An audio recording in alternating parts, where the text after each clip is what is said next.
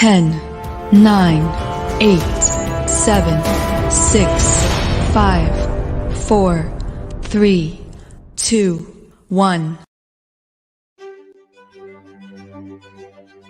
College Yayasan Saat Malacca, a residential, co-educational secondary school, known for its quality education and culture of excellence.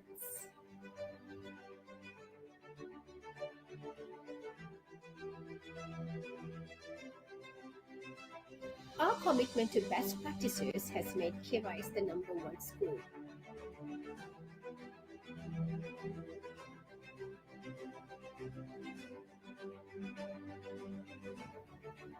A school capable of producing knowledgeable students with excellent leadership qualities.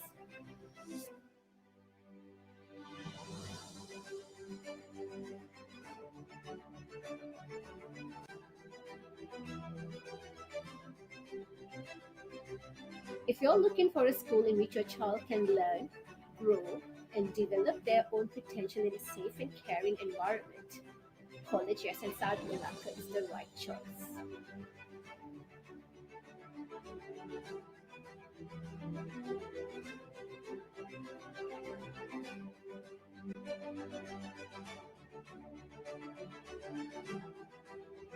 Online application for admission to Form 1 is now open. Check out the details and requirements at admission.kysn.edu.my.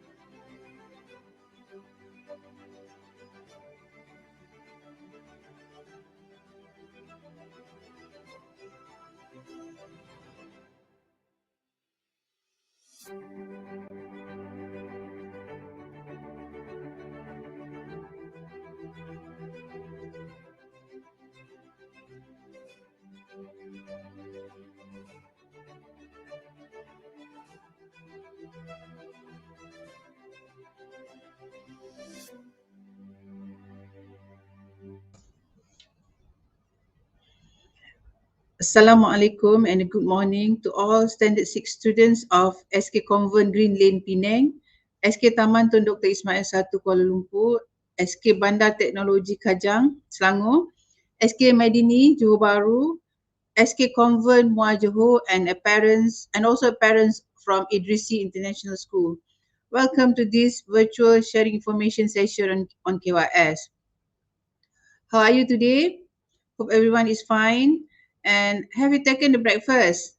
Okay, all right. First and foremost, on behalf of College Yayasan Saat, I would like to express our gratitude and appreciation to headmasters, counsellors, teachers, and parents of SK Convent Green Lane, Pinang, SK Taman Tun Dr Ismail 1 Kuala Lumpur, SK Bandar Teknologi Kajang, Selangor, SK Medini, Johor Bahru, SK Convent Muar Johor, and also parents from Idrisi International School for attending this virtual sharing information and also for allowing Standard 6 students to attend this session. Let me introduce myself. My name is Siti Nur binti Hassan. I'm a bursar of College Yayasan Saat and I have been with KYS since 1996, and on the 2nd May this year marked my 25th years with KYS. Okay, to start with the presentation, let us warm a little bit by watching the video on the virtual tour of College Yayasan Saat. Let's watch.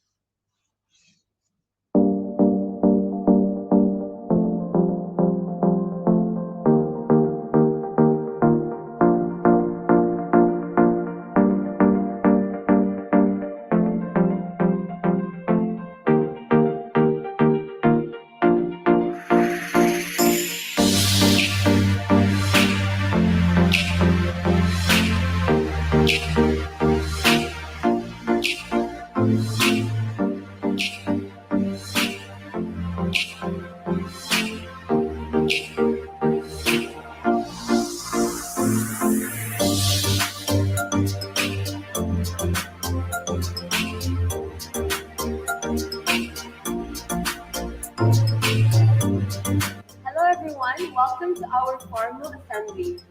So as you can see, we are gathered here today in this auspicious hall, facilities with air conditioners, and as you can see just now, we had our national anthem, state anthem, and the school song.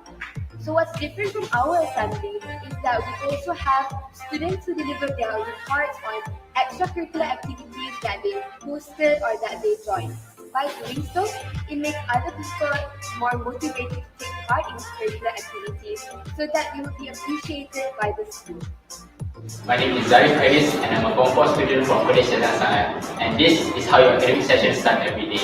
Academic sessions in KYS start as early as 7:30 in the morning and ends at 4:30 in the evening. In KYS, we have a wide range of rooms and facilities suited for an excellent learning environment. Almost all of our classrooms and teachers are air conditioned. We also have special rooms suited for learning value-added subjects such as a music studio for learning music and a computer lab for learning computer programming.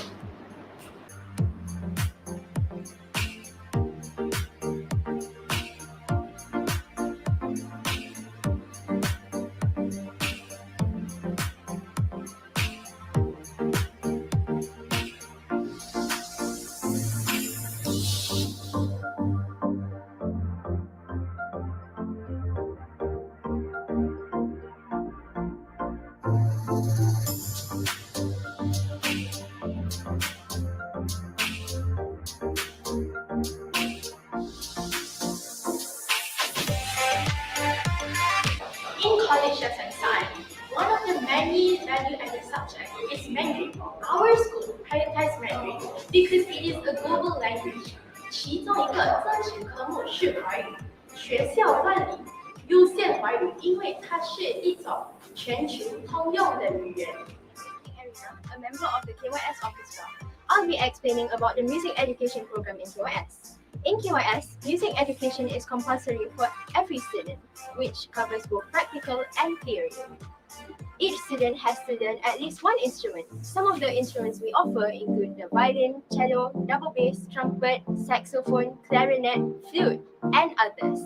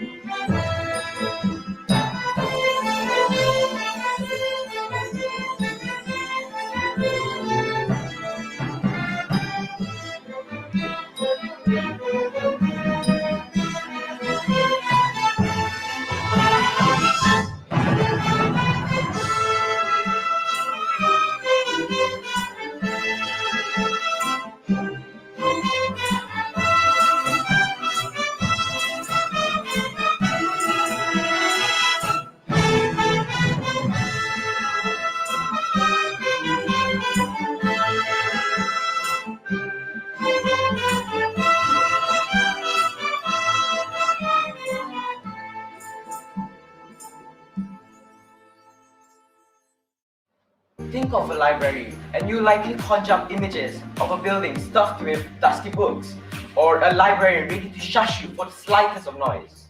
But that's not the case in College Sharing Session. The Resource Center at College Sharing Session has repositioned itself as a much more social and academic center where students or teachers can come study, unwind, or read a plethora of fictional or non-fictional books, may it be for leisure or education.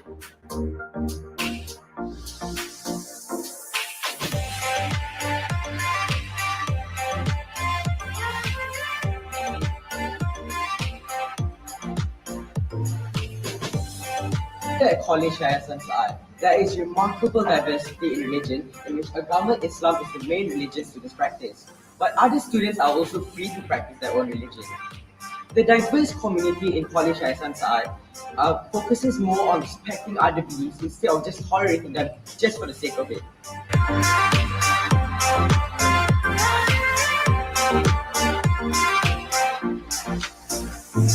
So here we have the counseling unit of College SSI. We have 3 experienced counselors to help and support students who are facing academic and also personal difficulties. This might sound very ordinary, but it's not, and here's why.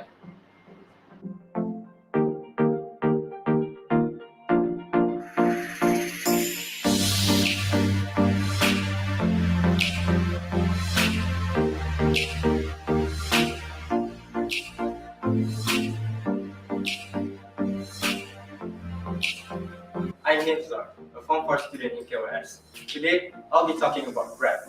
Every night, the students are required to attend a preparation class, or we normally call it as prep, which starts from 8 until 10:30 p.m. at our respective venues. This prep hour will be monitored by the college committee and supervised by the wardens and housemates in charge.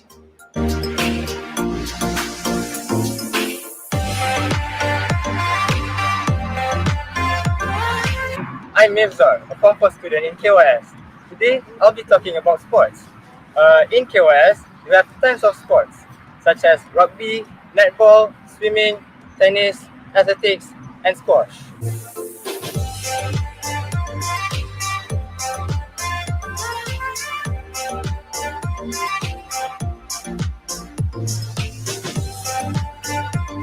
In college SSI, just like in other boarding schools, dorm play an important role in our students' life.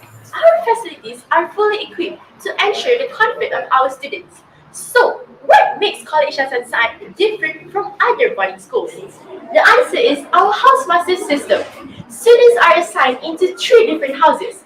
We have housemasters, housemistresses, assistant housemasters, assistant housemistresses, and wardens to provide parental care for our students.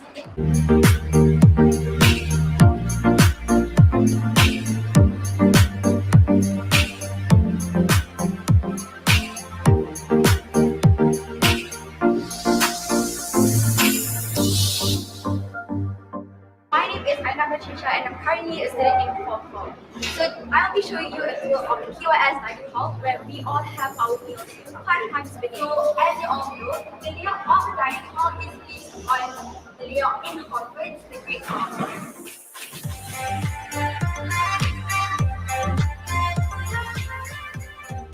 I'm Hasha, and today I'll be talking about the extracurricular activities here in College SSI.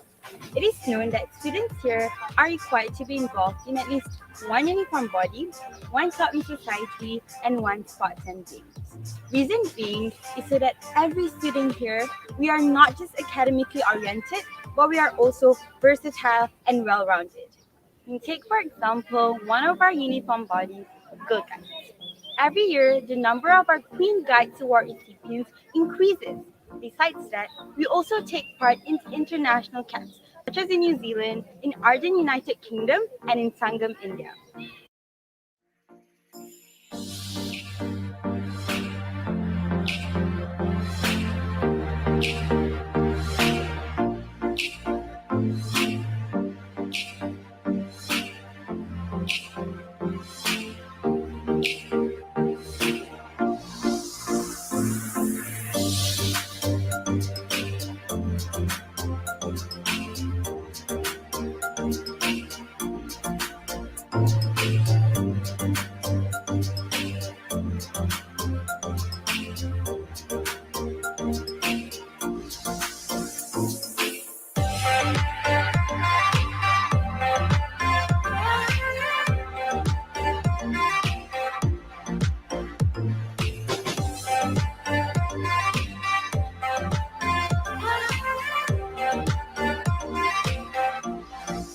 So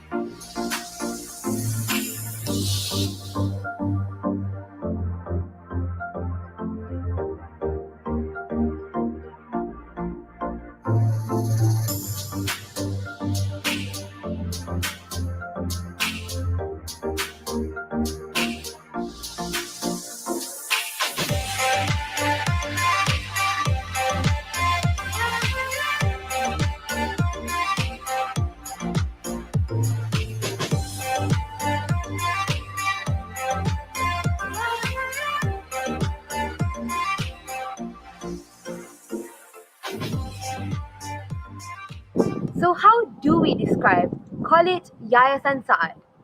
Diverse, Nurturing, Top-notch, Dynamic, leaders, life-changing.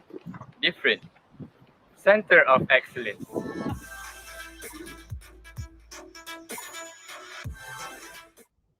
Okay, we hope that virtual tour of the College Yayasan Saad just now can give some pictures and on who we are and what we have here in College Yayasan Saad Melaka.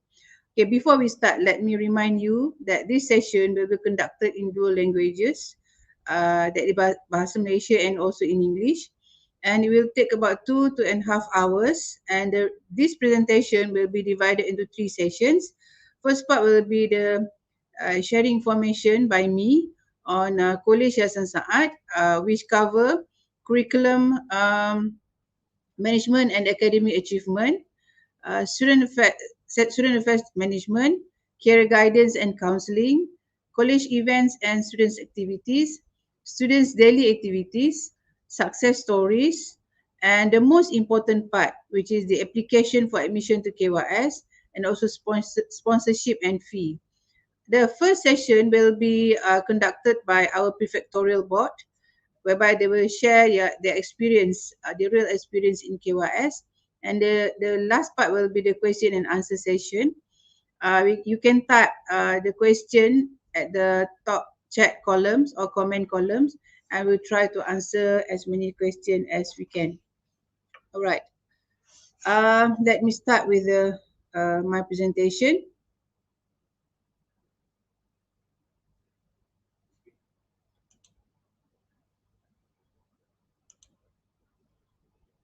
Okay, College Yayasan Saad, established in 1995, and we also can be found at our social media, at a social media platform, which is Facebook, Instagram, our website, our email, our Telegram channel, and also YouTube marketing, our YouTube channel.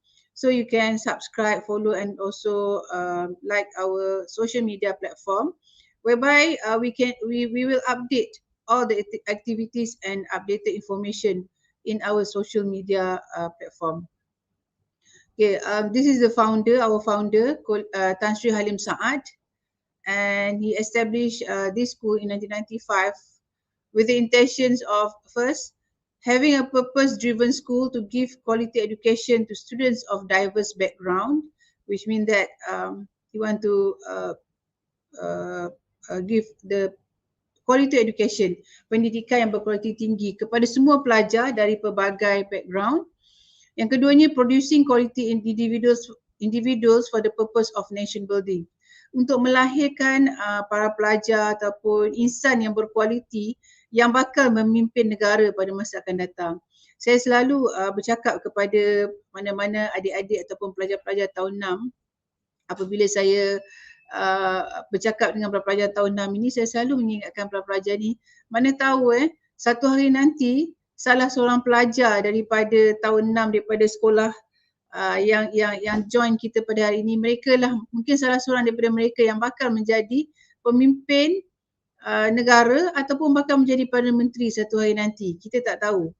Jadi untuk orang kata mendapat pendidikan yang betul-betul berkualiti, sertailah Kolej Yayasan Saat, sebab kita memang itu kita punya tujuan asal kita menubuhkan Kolej Yayasan Saat itu, iaitu producing quality individuals dan juga quality education untuk tujuan for the purpose of nation building, untuk melahirkan pemimpin di masa akan datang. Dan yang ketiganya adalah Tan Sri Halim Saat niat ataupun tujuan dia menubuhkan Kolej Yayasan Saat ini adalah sebagai paying tribute to his late father. Okey, saya juga memperkenalkan di sini barisan Board of Governors ataupun lembaga pengelola Kolej Yayasan Saat yang sentiasa bersama-sama dengan Kolej Yayasan Saat untuk memastikan apa yang kita memastikan hala tuju Kolej Yayasan Saat adalah di dalam landasan yang betul, dan Kolej Yayasan Saat terus menjadi sebuah sekolah yang orang kata sentiasa melahirkan pelajar yang cemerlang, iaitu terdiri daripada pengurusi yang bagi Profesor Dr. Muhammad Aizam bin Muhammad Noor, Profesor daripada Universiti. Adik-ahli terdiri daripada Encik Mio Osman Mio Luk, merupakan orang yang bersama-sama dengan Kolej Yayasan Saat, yang membina Kolej Yayasan Saat daripada awal lagi dengan bersama-sama memikirkan tentang konsep Kolej Yayasan Saat. Dr. Muhammad Iqmal Muhammad Said, Mr. Josh Anthony Das David yang merupakan seorang peguam, dan juga Encik Ahmad Fahmi AR Ahmad Fahmi bin Muhammad Omar yang terlibat daripada awal bersama-sama dengan Encik Mio dalam membuat reka bentuk Kolej Yayasan Saat yang sangat indah ini. Okay, dan ini adalah barisan pengurusan tertinggi Kolej Yayasan Saat, terdiri daripada Mr. Tan Celi, pengetua, Mr. Syarudin, Curriculum Management Manager, Mr. Kamurul Zaman bin Haji Madrus, Student Affairs Manager, dan saya lah sebagai bersa di Kolej Yayasan Saat ini. Okay, school concepts. Apakah school concept kami? Ia adalah sebuah co-educational boarding school, maksudnya sekolah berasrama penuh dan terdiri daripada pelajar lelaki dan juga pelajar perempuan. Kita berasrama penuh, sekolah swasta berasrama penuh. Jadi maksudnya bila pelajar masuk ke Kolej Yayasan Saat, mereka perlu tinggal di asrama. Yang keduanya Center of Excellence. Ini kita punya tagline kita daripada mula kita ditubuhkan, dan tagline ni adalah sesuatu yang kita dah capai. Bukan kita tak capai, kita dah capai selama 26 tahun kita beroperasi ataupun berada di orang kata melahirkan pelajar-pelajar ni. Center of Excellence ini kita telah capai dari tahun ke tahun. Dapat dilihat dari segi saya akan share nanti dari segi kejayaan di dalam SPM dan juga kejayaan bekas pelajar Kolej Yayasan Saat dalam bidang-bidang yang mereka ceburi sekarang. Number one school, ini bukan sahaja kita nak we are number one school, but we are the only one school. Kenapa kita kata kita the only one school? Nanti saya akan terangkan. As it goes on, dalam saya punya presentation, saya akan sebutkan di mana yang kita kata kita the only one school. Leadership school, macam saya terangkan tadi untuk melahirkan para pemimpin di masa akan datang. Dan juga education today and beyond. Maksudnya is a lifelong learning. Kita masuk bila belajar di Kolej Yayasan, masuk ke Kolej Yayasan Saat, pendidikan ataupun program pendidikan yang kita adakan ni bukan setakat untuk SPM sahaja, tetapi is beyond that, untuk melahirkan pelajar yang berketerampilan. Okay. The 5 pillars of excellence. Bila kita sebut tentang Center of Excellence, this excellence, Center of Excellence ini bertonggakkan ataupun bertiangkan kepada 5 tiang, 5 tonggak. Dan 5 tonggak ini berasaskan kepada a journey of transformation, a story of personal success. Maksudnya perjalanan ke arah pembaharuan ataupun perubahan, dan perubahan ini melahirkan penceritaan kepada kejayaan seseorang. Setiap individu di Kolej Yayasan Saat akan keluar daripada Kolej Yayasan Saat dengan kejayaan masing-masing. Apakah kita punya tonggak kecemerlangan ini? Yang pertama, academic excellence. Of course, academic excellence ni bukan setakat orang kata mendapat straight A sahaja, tetapi mereka mampu menggunakan ataupun mengaplikasikan apa yang mereka faham ketika mereka belajar untuk membuat keputusan kelak, ya, dan membuat keputusan untuk orang kata apabila mereka menjawab soalan pun mereka tahu menjawab soalan tu dengan tepat sekali, dengan orang kata jawapan yang diberikan itu akan memberikan markah yang tinggi contohnya. Tapi bukan setakat itu sebenarnya. Lebih kepada bagaimana akademik yang mereka pelajar ataupun subject matters yang mereka belajar itu mampu untuk mereka gunakan untuk membuat keputusan yang lebih baik. Yang kedua, English proficiency. Kita sangat menggalakkan para pelajar kita untuk menggunakan bahasa Inggeris. Itu di Kuliah Sains ni di dalam kelas, disebabkan kita pakai juga kurikulum kebangsaan, kurikulum antarabangsa. So ada subjek tertentu di dalam kelas yang menggunakan bahasa Inggeris. Tetapi di luar kelas, kita menggalakkan para pelajar untuk menggunakan bahasa Inggeris sebab bahasa Inggeris adalah bahasa dunia yang mana di mana-mana pun menggunakan bahasa Inggeris. So we encourage students to develop a fluency in communications, reading, writing, listening and understanding. Character development, mature in effective skills and traits, which means that we have a program not only on academic but also to build the character of the students. Karakter ni bermaksud bagaimana kita membantu pelajar untuk berfikir dan juga menganalisa setiap satu keputusan yang mereka buat sebelum mereka membuat keputusan. Yang keempatnya adalah music appreciation. Kenapa perlu dan pentingnya music appreciation sebagai salah satu pillar of excellence? Kerana muzik ni sebenarnya mampu untuk mengasah bakat ataupun mampu untuk melahirkan pelajar-pelajar yang orang kata improve pendidikan mereka, improve cara mereka belajar, improve cara mereka berfikir, improve cara mereka orang kata menganalisa sesuatu dengan belajar melalui muzik. Sebab muzik ni dia ada nota-nota tertentu yang bukannya yang orang kata menggunakan A, B, C, D, E ni, tetapi menggunakan nota-nota mereka sendiri. Jadi dengan belajar dan memahami skill tersebut sebenarnya membantu mereka untuk improve lagi cara pembelajaran mereka. Dan yang seterusnya adalah sport prowess. Itu kita encourage students untuk participate dan aktif di dalam sukan kerana orang kata badan yang sihat akan melahirkan minda yang sihat. Itu kita punya 5 tonggak kecemerlangan kita. Dan education program yang kita ada di Kuliah Sains ni, kita pakai Malaysia National Secondary School Education, tetapi kita ada tambahan dengan international elements. Dan international elements ini adalah kita embedded ataupun kita blended, kita ajar bersekali di dalam kita punya program pendidikan kita. Kalau ibu bapa yang ada yang sama-sama menonton ni, kita panggil sebagai embedded program ataupun blended program. Maksudnya kita blend sekali lah, kita campur sekali.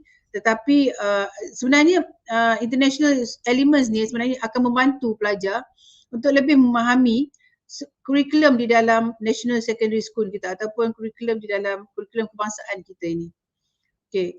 Kita ada 3 KYS curriculum, kita ada 3 orang kata elements dalam KYS curriculum, 3 section, iaitu yang pertama formal learning. Formal learning adalah National Secondary School Standard Curriculum ataupun kurikulum kebangsaan kita lah. Tapi nanti saya akan terangkan lagi, kurikulum kebangsaan mungkin semua orang terfikir sama je macam sekolah-sekolah lain, tetapi ia ada perbezaan. Nanti saya akan terangkan. Ya. Okey, yang keduanya informal learning, behavioral engagement dan juga co-curricular activities. Di sinilah untuk kita membentuk character development itu tadi. Kita ada orang kata specially designed program-program yang akan membentuk character development melalui behavioral engagement tadi dan juga co-curricular activities. Dan yang ketiga, elemen ketiga di dalam education program kita adalah value adding extension program. Saya akan terangkan nanti ada banyak extension program, dan juga Cambridge, ini yang saya sebut tadi sebagai international elements, iaitu Cambridge International General Certificate for Secondary Education. Kita pakai kurikulum antarabangsa Cambridge. Nanti juga saya akan terangkan dengan lebih lanjut lah apa yang kita ada nanti. Dan ketiga-tiga elemen inilah yang kita ada dalam KYS curriculum yang akan melahirkan a person of best fit, ataupun yang tadi yang saya sebut tentang a personal success story of every individual students. Okay, saya masuk kepada curriculum management dan juga academic achievement. Yang pertama yang tadi saya sebut formal learning. Formal learning terbagi kepada dua, iaitu lower form. Lower form terdiri daripada form 1 sampai ke form 3 dan kita offer 11 subjects. Yang kedua kita ada upper form.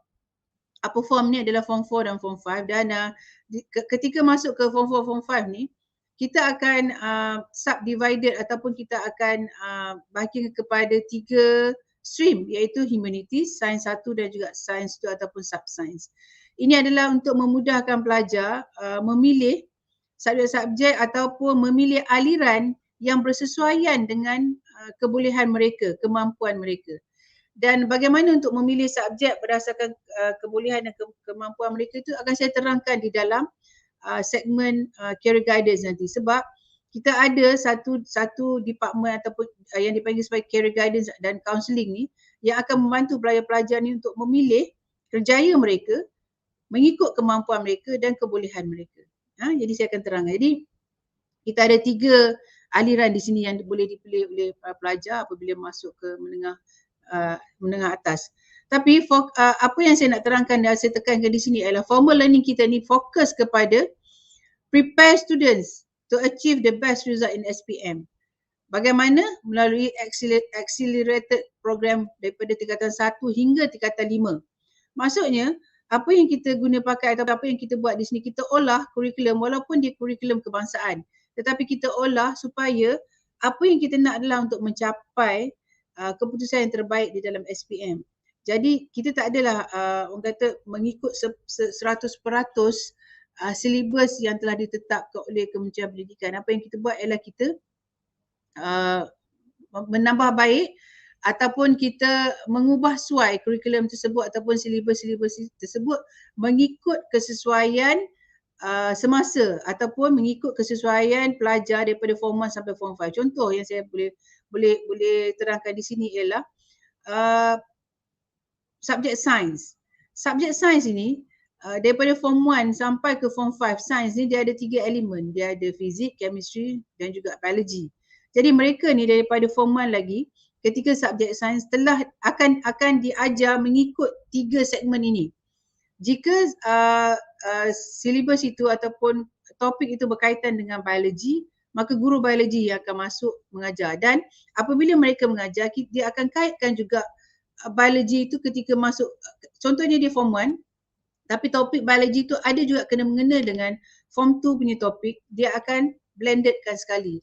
Dia akan terangkan sekali. Jadi maksudnya kita tak ada fokus kepada form 1 sahaja, tapi kalau topik itu berkaitan dengan topik form 2 ke form 3 ke form 4 ataupun form 5 akan diterangkan sekali, akan diajar juga sekali, akan didedahkan juga sekali. Jadi kita punya program ni adalah program yang macam saya cakap tadi accelerated, maksudnya across syllabus, across content itu, across syllabus yang ditetapkan daripada form 1 sampai form 5. Itu salah satu yang saya sebut tadi sebagai kelainan, and we are the only one yang buat sistem yang begitu. Dan juga kita sebenarnya KYS ni telah lama menggunakan pakai digital education system. Apa yang saya maksudkan digital education system, bukan setakat online kelas yang seperti mana yang adik-adik semua, pelajar semua apa orang kata terpaksa hadapi sekarang. Tetapi di KYS kita dah lama daripada saya rasa saya kira dah lebih daripada 10 tahun dah kita membenarkan para pelajar untuk membawa laptop, untuk membawa smartphone ke kelas, sebab kita menggunakan apa juga yang ada di dalam digital, di dalam internet untuk menambah baikkan pembelajaran kita di dalam kelas. Jadi guru-guru di dalam kelas akan menggalakkan para pelajar untuk explore, untuk buat research dan sebagainya dengan bahan-bahan yang ada di dalam internet.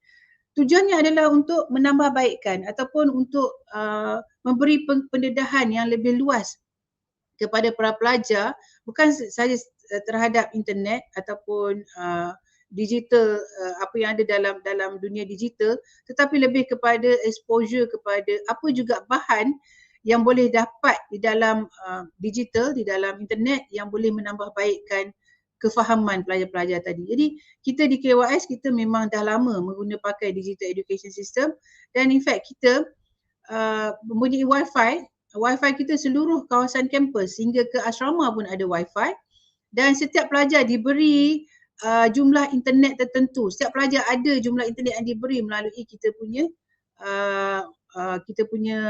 dipanggil broadband kita tu, melalui internet yang kita ada di Kuliah Sains.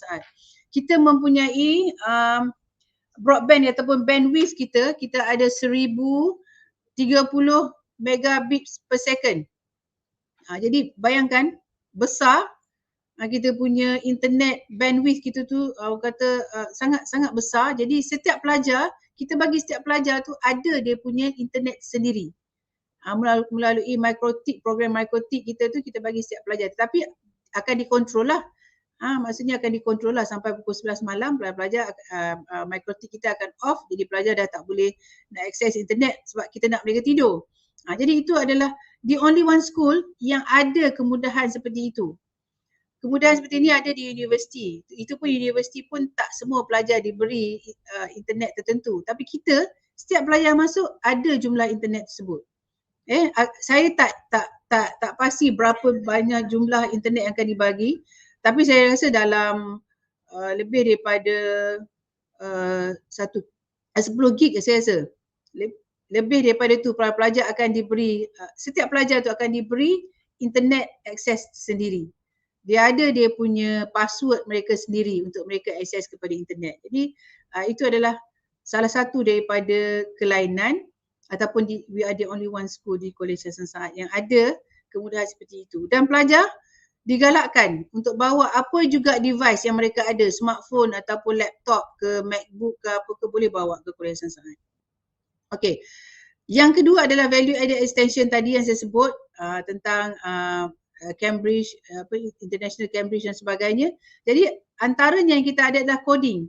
Coding ni kita ada kelas khusus untuk coding yang mana pelajar akan dia ajar tentang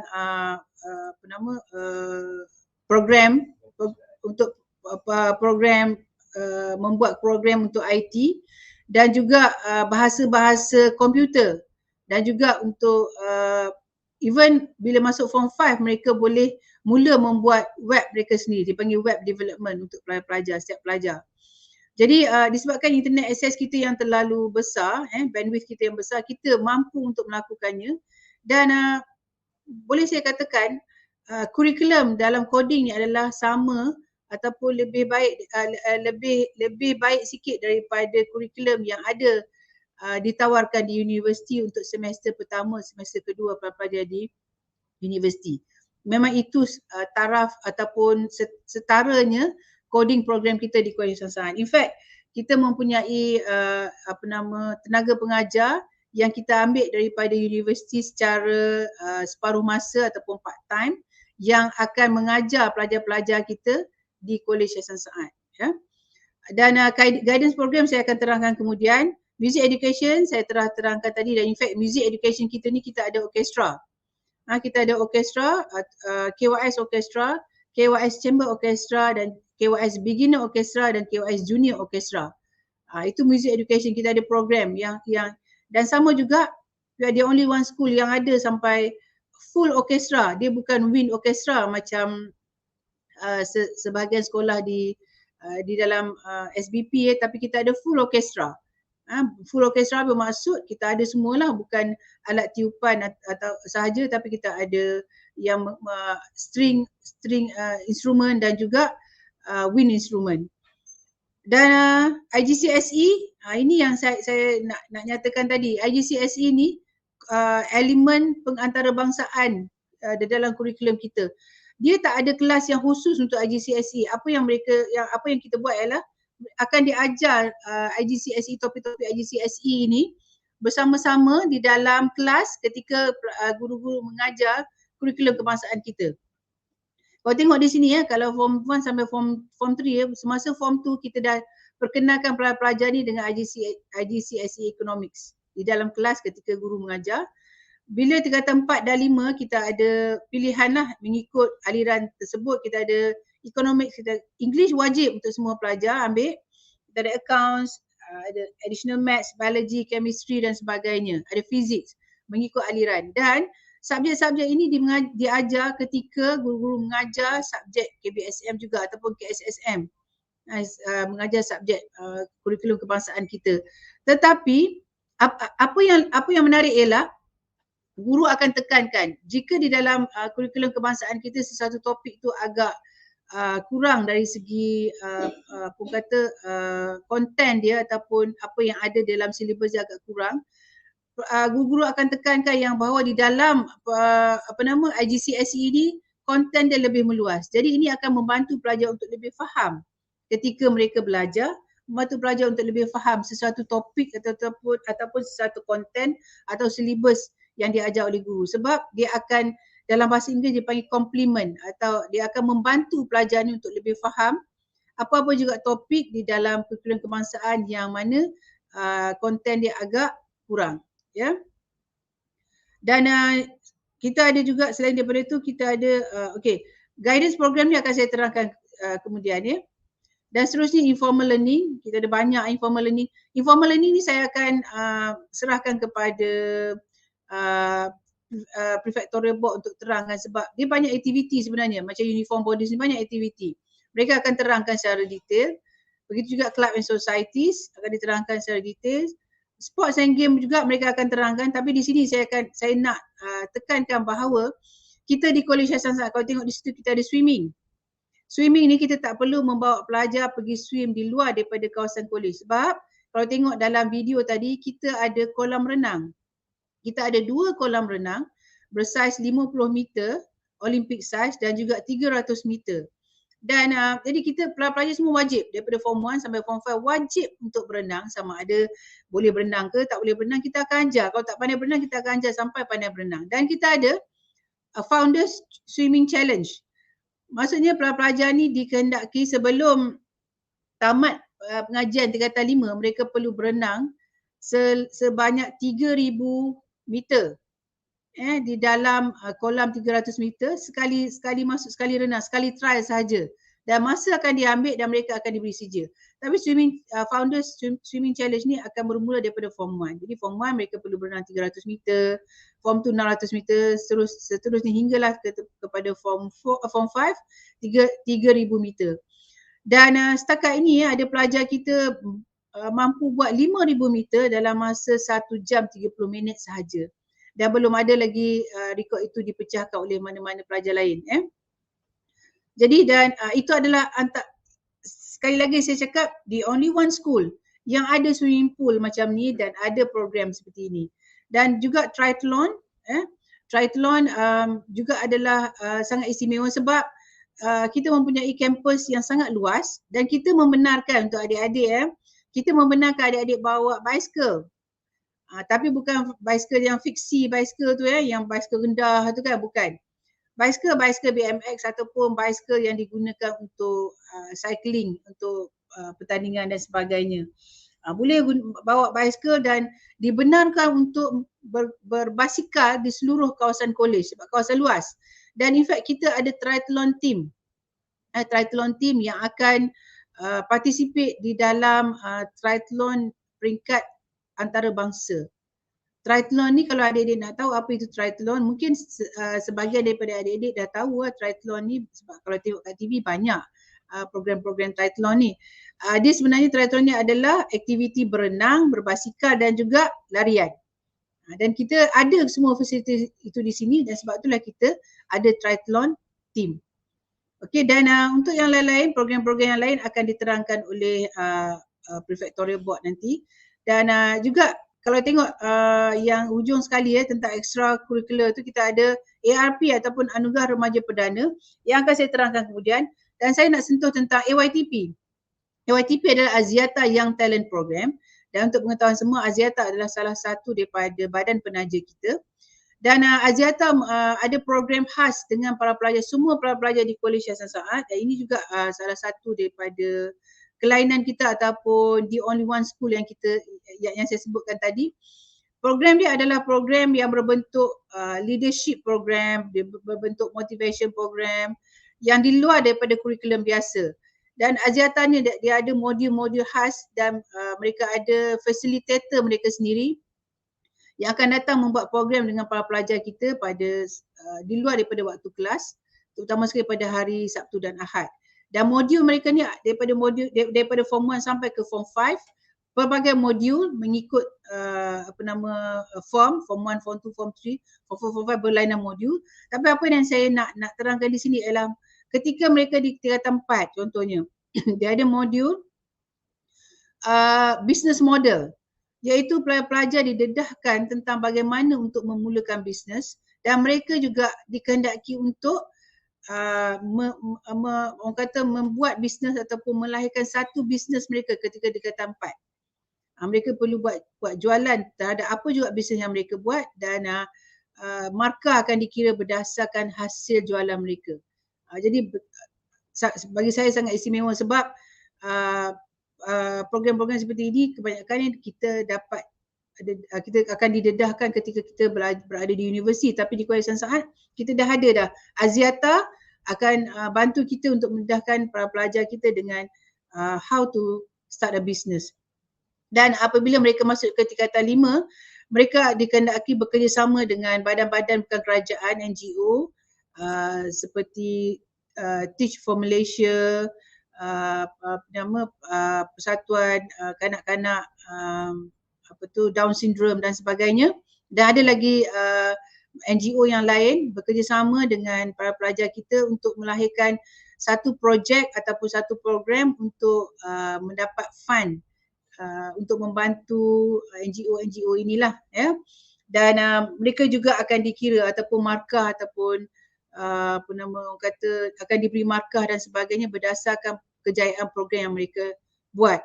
Dan yang paling istimewa sekali, apabila tamat tingkatan 5, pelajar kita akan diserap masuk ke dalam alumni Axiata Young Talent Program ini. Apa keistimewaan dia? Keistimewaan dia sangat banyak. Termasuklah mereka ni akan didedahkan, akan dieksposkan, akan diletakkan untuk bekerjasama dengan CEO companies yang di bawah Axiata. Termasuklah companies mereka, company-company mereka, syarikat-syarikat berkaitan mereka yang berada di luar negara. Jadi bayangkan untuk ibu bapa kalau ada mengikuti sharing session ini, bagaimana anak-anak kita akan didedahkan selepas habis SPM, mereka dah akan didedahkan dengan orang-orang yang berjaya, pemimpin-pemimpin yang berjaya, yang in the real situation lah, akan didedahkan, diperkenalkan dengan pemimpin yang berjaya tadi. Okay, itu dah antara yang saya nak terangkan tentang curriculum management. Dan di sini adalah analisa SPM yang saya nak share di sini. Kalau dapat dilihat, saya ambil analisa SPM ni daripada 2017 hingga 2020, bukanlah bermakna kita baru start SPM 2017. Sebenarnya banyak, kita start SPM daripada tahun 1997, dan we are always on the top. We are the top school dalam kejayaan di dalam SPM. Tapi saya ambil ini untuk 2017 hingga 2020 sahaja. Kalau dilihat di sini lebih daripada 50% para pelajar yang menduduki SPM akan mendapat keputusan 9A dan ke atas. Untuk pengetahuan semua, kita di KYS ni kita menggalakkan pelajar untuk mengambil 10 ataupun 11 subjek sahaja. Kita tak galakkan mengambil terlalu banyak subjek sebab kita fokuskan kepada subjek-subjek yang boleh membantu pelajar untuk mendapat keputusan yang lebih baik, dan juga untuk memenuhi kriteria sponsor ataupun penaja-penaja selepas SPM, dan juga macam saya ceritakan tadi, apakah career yang mereka nak buat, apakah kursus yang mereka nak buat selepas SPM. Jadi apa yang kita galakkan pelajar untuk ambil subjek ke arah itu.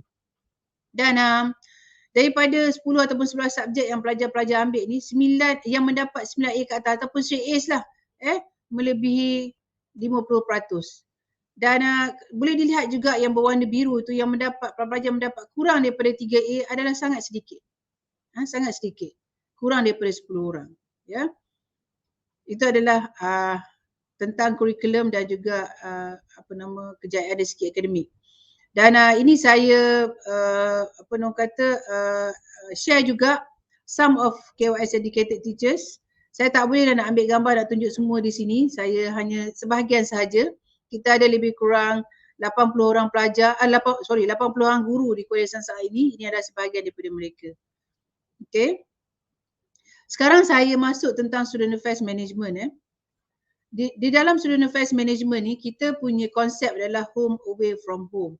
Jadi apa yang kita nak ialah pelajar walaupun masuk tinggal di asrama, mereka tidak akan rasa seperti berada jauh daripada rumah. Mereka merasakan orang kata ini adalah rumah mereka ataupun rumah kedua mereka. Walaupun mereka jauh daripada rumah tapi mereka merasakan seperti berada di rumah sendiri. Kita mengutamakan keselesaan dan kebajikan pelajar di KYS. Jadi untuk tujuan itu, kita pelajar ni akan dibahagikan kepada 3 rumah. Rumah ini bukanlah rumah sukan semata-mata.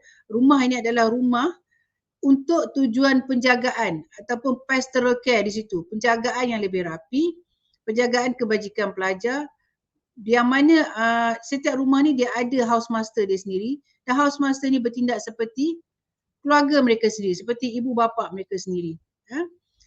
Dan 3 rumah ini adalah rumah Husin, rumah Rahman dan juga rumah Razak. Ya. Dan setiap rumah ni dia ada seorang house master, seorang house mistress, 2 orang assistant iaitu assistant house master dan assistant house mistress, 2 warden iaitu seorang warden lelaki dan seorang warden perempuan. Bayangkan setiap rumah ni dia ada 6 orang yang akan bertindak untuk menjaga kebajikan pelajar. Dan setiap rumah ni kita ada lebih kurang dalam 200 ke 250 pelajar saja dalam setiap rumah. Sebab jumlah pelajar yang kita boleh ambil setiap tahun pun tak ramai, dalam 150 orang saja sebab fasilitis kita hanya untuk lebih kurang maksimum 800 orang pelajar. Jadi bayangkan setiap rumah tu ada lebih kurang 200 ke 250 orang pelajar sahaja dan dijaga oleh 6 orang yang menjaga mereka seperti mana ibu bapa menjaga mereka, yang menjaga mereka secara detail. Pastoral care yang sangat detail, yang mana setiap pelajar itu akan dijaga dengan rapi. Dan pelajar akan remain di dalam rumah ini sehinggalah tamat pengajian di KYS Saat. Dan untuk memastikan disiplin setiap pelajar pada peringkat rumah, kita implement ataupun kita melaksanakan merit demerit system. Iaitu yang mana kalau pelajar contohnya mendapat keputusan yang terbaik dalam peperiksaan ataupun mewakili sekolah dalam apa-apa aktiviti ataupun mewakili rumah ataupun berjaya menjadikan rumah itu johan di dalam mana-mana pertandingan union night contohnya, markah akan diberi pada rumah tersebut. Selain daripada mereka dapat hadiah, mereka juga akan contribute markah kepada rumah tersebut. Tetapi jika sekiranya mereka melanggar apa-apa kesalahan ataupun buat apa-apa kesalahan, markah akan dipotong. Dan pada akhir tahun kita akan umumkan rumah manakah yang menjadi johan. Sangat menarik untuk maintain orang kata disiplin di peringkat rumah tersebut. Jadi adik-adik, saya nak bagi satu soalan dan soalan ni siapa yang jawab dengan betul akan diberi hadiah. Kita akan post hadiah ke rumah adik-adik. Jadi apabila adik-adik jawab, kita hanya ambil 20 jawapan ataupun 20 pelajar yang menjawab paling cepat dan paling awal. 20 saja. Jadi adik-adik bila menjawab nanti sila nyatakan nama adik dan sertakan nombor telefon supaya senang kita nak kontak nanti. Ya. Jadi soalan ni senang saja dan jawapan pun sangat senang. Di KYS ada 3 rumah, Husin, Rahman dan Razak.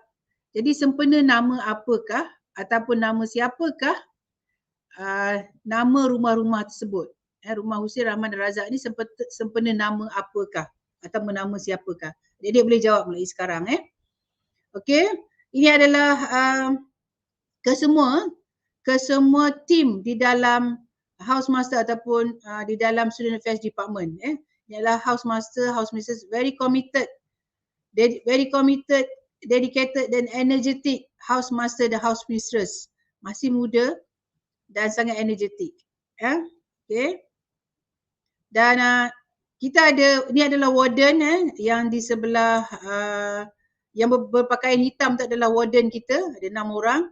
Dan yang boleh nampak juga nurse di situ. Dan we are the only school yang ada nurse, yang ada trained nurse ataupun jururawat terlatih yang bekerja di Kolej secara full time. Jadi para pelajar kalau ada masalah dari segi kesihatan dan sebagainya, demam dan sebagainya, tak perlulah orang kata telefon mak ayah dan sebagainya, ataupun mak ayah datang, terpaksa datang, orang kata daripada jauh hanya nak tengok anak sakit apa, demam dan sebagainya, sebab kita ada full time nurse ataupun nurse yang terlatih yang akan menjaga ataupun orang kata memberi rawatan awal kepada para pelajar jika mereka ada masalah kesihatan.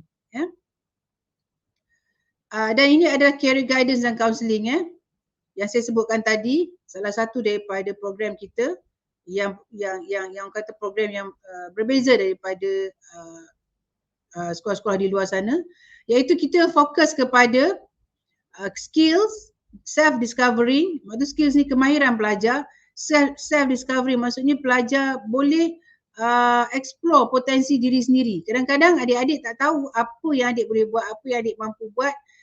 Ada ramai juga pelajar bila some parents ada bagi komen kepada saya bila anak dia masuk, tiba-tiba dia tengok anak dia pandai berlakon drama. Sedangkan sebelum ni dia kata anak dia di rumah nak bercakap pun susah. Tapi masuk ke kuliah sains, tiba-tiba form 1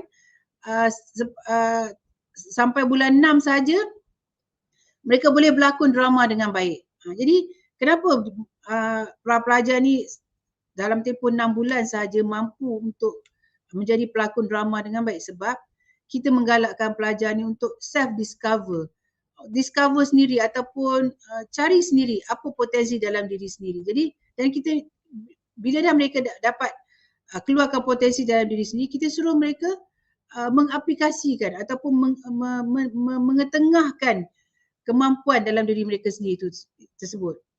Yang seterusnya adalah inclination ataupun apa nama dipanggil ke arah manakah kemampuan pelajar tersebut, dan juga karakter. Kita juga pentingkan karakter development. Okay, alright. Dan dalam career guidance kita guide students untuk subject to choose based on self discovery, exploration before make a decision. Ini yang kita kata tadi apa nama yang saya sebut tadi, apabila masuk ke tingkatan 4 dan 5, kita akan bantu pelajar untuk memilih subjek yang mereka mampu buat berdasarkan kemampuan mereka, memilih aliran yang mereka perlu ambil berdasarkan kemampuan yang mereka ada. Yang keduanya pathway, iaitu career.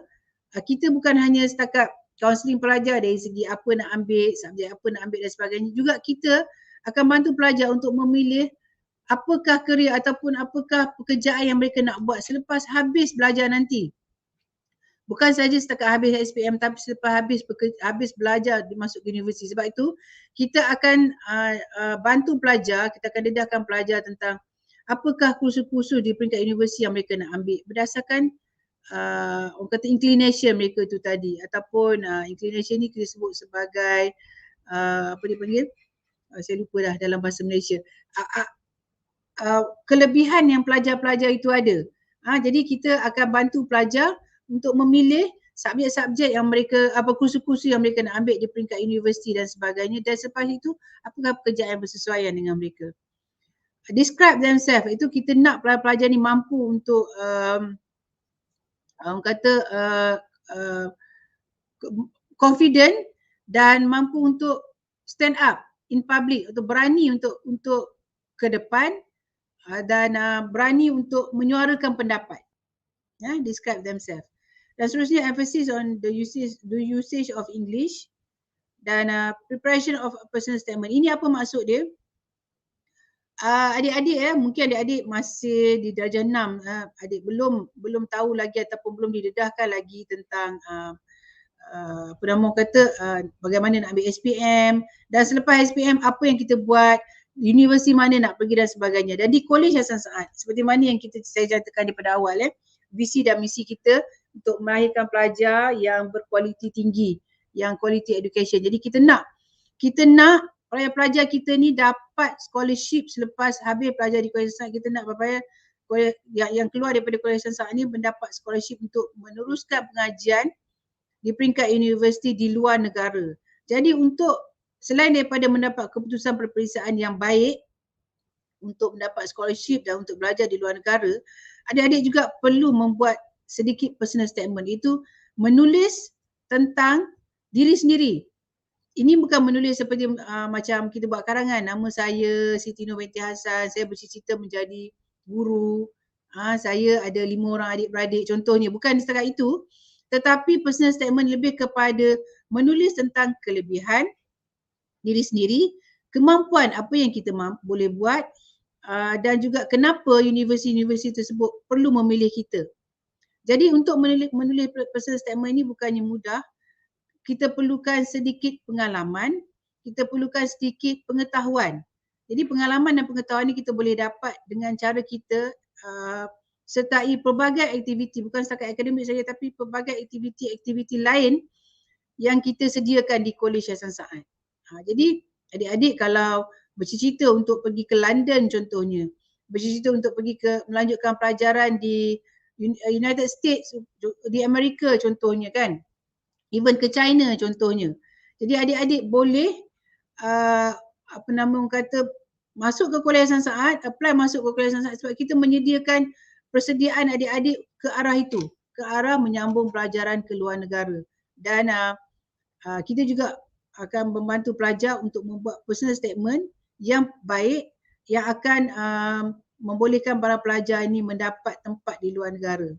Dan ini adalah terbukti dengan ramai para pelajar kita. Nanti saya akan tunjukkan di dalam success stories berapa ramai pelajar kita yang telah mendapat beasiswa untuk melanjutkan pelajaran ke luar negara. Ya. Dan continuous support even after graduated from KYS. Kita akan terus memberi support apa yang kita mampu walaupun telah habis belajar daripada KYS. Okey, college events dan student activities yang ni saya tak akan pergi secara detail sebab akan diterangkan lebih lanjut oleh prefectorial board tadi nanti ya.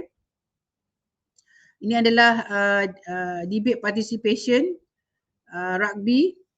Rugby adalah wajib untuk pelajar lelaki dan netball wajib untuk pelajar perempuan selain daripada swimming dan juga olahraga itu wajib untuk semua pelajar. Okey, ini adalah antara inter-school exchange and other activities. Academic competition ya. Dan ini adalah anugerah remaja perdana yang saya janji nak terangkan itu. We are the only one school dalam Malaysia sebenarnya yang ada program anugerah remaja perdana. Apa dia program anugerah remaja perdana ni? Dia sama dengan anugerah Duke of Edinburgh Award UK yang dan anugerah remaja perdana ini adalah di bawah Kementerian Belia dan Sukan. Dan kita Kolej Hasan Saad diberi kebenaran ataupun diberi license ataupun permit untuk menjalankan semua program-program di bawah program anugerah remaja perdana. Program-program dia adalah seperti yang tertera ni lah. Dia ada exploration, dia ada sports and recreation, community service, skills and innovation dan sebagainya. Dan untuk Gold Award dia ada residential project. Dan di Kolej Hasan Saad kita ada program-program khusus untuk para pelajar daripada form 1 sampai ke form 5. Dan kita punya orang kata fokus kita adalah apabila pelajar masuk ke form 5 dan selepas tamat habis mengambil SPM, para pelajar ni akan meneruskan dengan program Gold Award itu dengan membuat residential project. Jadi di setiap peringkat Bronze Award, Silver Award dan Gold Award ni dia ada logbook yang perlu diisi oleh pelajar. Jadi pelajar selalunya di Kolej Hasan Saad ni ketika Bronze Award ni selalunya pelajar sama ada form 2 ataupun form 3 akan dapat Bronze Award. Dan form 4 mereka akan dapat Silver Award dan seterusnya form 5 mereka akan dapat Gold Award. Dan Gold Award ni akan dibagi kepada pelajar-pelajar selepas tamat form 5 sebab dia perlu buat residential project. Dan residential project kita ni sangat berjaya. Pelajar boleh memilih sama ada nak buat residential project ini sama ada di dalam Malaysia ataupun di luar negara. Dan ini gambar-gambar yang saya tunjukkan inilah yang mana para pelajar Kolej Hasan Saad yang mendapat anugerah emas ataupun Gold Award. Ini adalah pelajar kohort 2019 ataupun tahun 2019 sebab 2020, 2021 tak dapat nak buat projek-projek ni semua disebabkan oleh PKP. Jadi 2019 mereka mendapat anugerah emas ini yang disampaikan oleh Prince Edwards. Prince Edwards ini adalah anak kepada Queen Elizabeth iaitu raja di UK lah, United Kingdom. Jadi mereka menerima anugerah ini pada tahun 2019 dan kalau nampak dalam gambar-gambar tu gambar yang kedua daripada sebelah kiri dan yang keempat daripada sebelah kiri tu ada orkestra. Kau nampak ada orkestra di situ. Orkestra itu adalah orkestra Kolej Hasan Saad yang dipanggil oleh Kementerian Belia dan Sukan untuk buat persembahan bersempena dengan lawatan daripada Prince Edwards. Okay. Ini ada gelar uniform bodies, akan diterangkan lebih lanjut oleh Prefectorial Board. Cuma untuk Pandu Puteri pelajar kita telah dipilih sebagai pengurusi Pandu Puteri Ranger, pengurusi Majlis Ranger Puteri peringkat kebangsaan. Maksudnya untuk Malaysia, para pelajar kita seorang telah dipilih, saya nama dia Anissa Hani, yang dipilih sebagai pengurusi Ranger Puteri peringkat kebangsaan. Okey, ini adalah participation di luar dan juga di dalam negara. Okey, saya terangkan juga tentang student daily activity rutin setiap hari. Mungkin adik-adik ataupun bapa yang ikut serta ni nak tahu apakah aktiviti dia setiap hari. Pada hari biasa weekday hari Isnin hingga hari Jumaat, ini adalah program mereka. Seperti biasa subuh pukul 6 pagi bangun, mandi dan sebagainya, solat subuh dan breakfast. Dan formal learning activities ataupun kelas pengajian ataupun kelas formal kelas-kelas akan bermula daripada pukul 8 sehinggalah pukul 3 petang. Tapi in between dia tu akan ada morning tea lebih kurang dalam pukul 10 pagi dan makan tengah hari akan disediakan pada pukul 2 petang. Dan solat zuhur dan kelas akan bermula balik daripada pukul 3 sehinggalah pukul 4.30 petang. Dan selepas itu petang 4.30 ada evening tea. Okey, dan solat asar. Dan selepas itu pelajar dikendaki melakukan aktiviti sports ataupun physical activities. Masa inilah akan main rugby, akan ada olahraga, akan ada swimming, akan ada triathlon, semua aktiviti sebelah petang ini setiap hari. Okey. Dan selepas itu pelajar selepas sports activity dalam pukul 6.30 mereka perlu balik ke dorm untuk bersihkan diri dan sebagainya dan membuat preparation untuk solat maghrib dan juga dinner. Dinner akan disediakan dalam pukul 7.30 hingga pukul 8 malam. Dan selepas itu pukul 8 malam mereka akan ada independent study ataupun learning support ataupun dipanggil sebagai prep class ataupun preparation class. Ya. Okay, pukul 8 sehinggalah pukul 10 ataupun 10.30 malam. Dan selepas itu habis prep dalam pukul 10 ataupun 10.30 malam ada supper. Dan selepas supper mereka perlu balik ke dorm, bersihkan diri dan sebagainya, solat isyak dan boleh rehat dan tidur. Dalam pukul 11 ataupun 11.30 mereka dikenaki tidur ataupun dipanggil sebagai light off. Dan ini adalah rutin pada hari Sabtu seperti biasa subuh bangun subuh dan pukul 8 ada dorm inspection. Dan selepas itu akan disambung dengan formal ataupun informal learning activities. Dan seperti biasa morning tea dan lunch dan pelajar boleh juga keluar outing. Day outing bermula daripada pukul 12.30 sehinggalah pukul 6. Pukul 6 petang kena masuk balik dah. Outing dan selepas itu dinner maghrib macam biasa.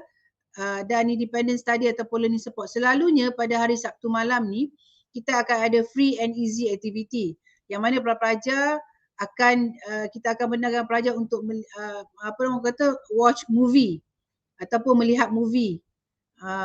Dia macam wayang lah juga sebab kita ada great hall yang besar yang macam panggung wayang.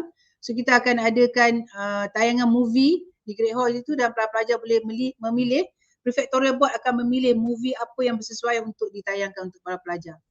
Dan seperti biasa supper dan light off lah. Dan pada hari Ahad sama juga ada bangun pagi pukul 8 dorm inspection, lepas tu house activity. Selalunya mereka akan buat general cleaning dan aktiviti-aktiviti lain di peringkat rumah, camping dan sebagainya.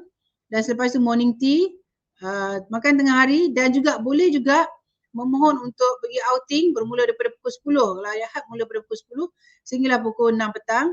Dan balik macam biasalah maghrib dan sebagainya. Dan pada hari Ahad malam bermula balik kelas preparation tadi, kelas prep tadi, independent study tadi, dan supper dan juga supper dan juga light off lah. Dan untuk pulang bermalam ataupun overnight outing, para pelajar dibenarkan untuk pulang bermalam sebulan 2 kali, iaitu pada minggu kedua dan juga minggu keempat setiap bulan dibenarkan untuk pulang bermalam. Okey, ini adalah success stories kita. Ya, ini yang saya kata saya share kan, para pelajar kita, KYS kita yang telah mendapat beasiswa untuk melanjutkan pelajaran ke luar negara, yang mana kalau boleh dilihat di sini lebih daripada 65% pelajar kita mendapat beasiswa untuk melanjutkan pelajaran ke luar negara dan kebanyakannya mereka mendapat tawaran untuk melanjutkan pelajaran di UK. Okey, itulah antara success stories kita. Dan untuk success stories seterusnya saya akan mainkan video sebab dia banyak dia punya success stories tu. Video ni akan kita pamerkan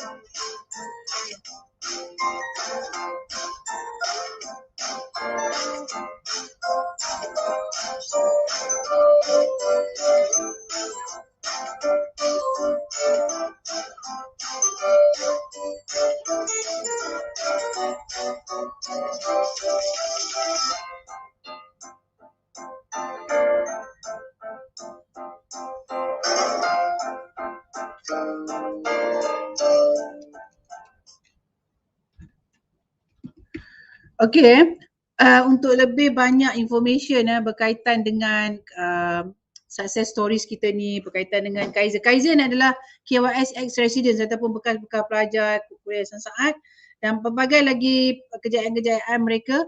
Bolehlah subscribe ataupun follow cemerlang.org ni. Banyak aktiviti di dalam tu dan juga success stories yang di-share tentang bekas pelajar KYS di dalam cemerlang.org tu. Okey. Ini part yang paling penting, yang paling perlu diberi perhatian oleh semua pelajar dan juga ibu bapa, bagaimana memohon untuk kemasukan ke kuliah saat. Kita ada 3 level untuk kemasukan ke kuliah saat itu. Level form 1 by testing and resident based, maksudnya form 1 kita ada ujian kemasukan dan juga residence based selection ni maksudnya para pelajar akan dipanggil untuk datang mengikuti program pemilihan pelajar di Kolej Hasan Saad yang mana mereka dikedaki tinggal dengan kita 3 hari 2 malam dan perlu mengikuti pelbagai aktiviti yang mana kita akan menilai dari segi group teamwork, dari segi potensi yang kita boleh lihat daripada para pelajar dan kemampuan para pelajar untuk berinteraksi dengan pelajar lain dan juga kita ada interview di situ. Seterusnya entry kemasukan ke tingkatan 2 dan ke tingkatan 3 by school testing. School testing ni sebenarnya adalah orang kata program percubaan, iaitu para pelajar ataupun ibu bapa boleh milih untuk menghantar anak ke kuliah yang saat selama seminggu, 2 minggu, sebulan pun ada, 2 bulan pun boleh, 3 bulan pun boleh ataupun setengah tahun pun boleh untuk merasai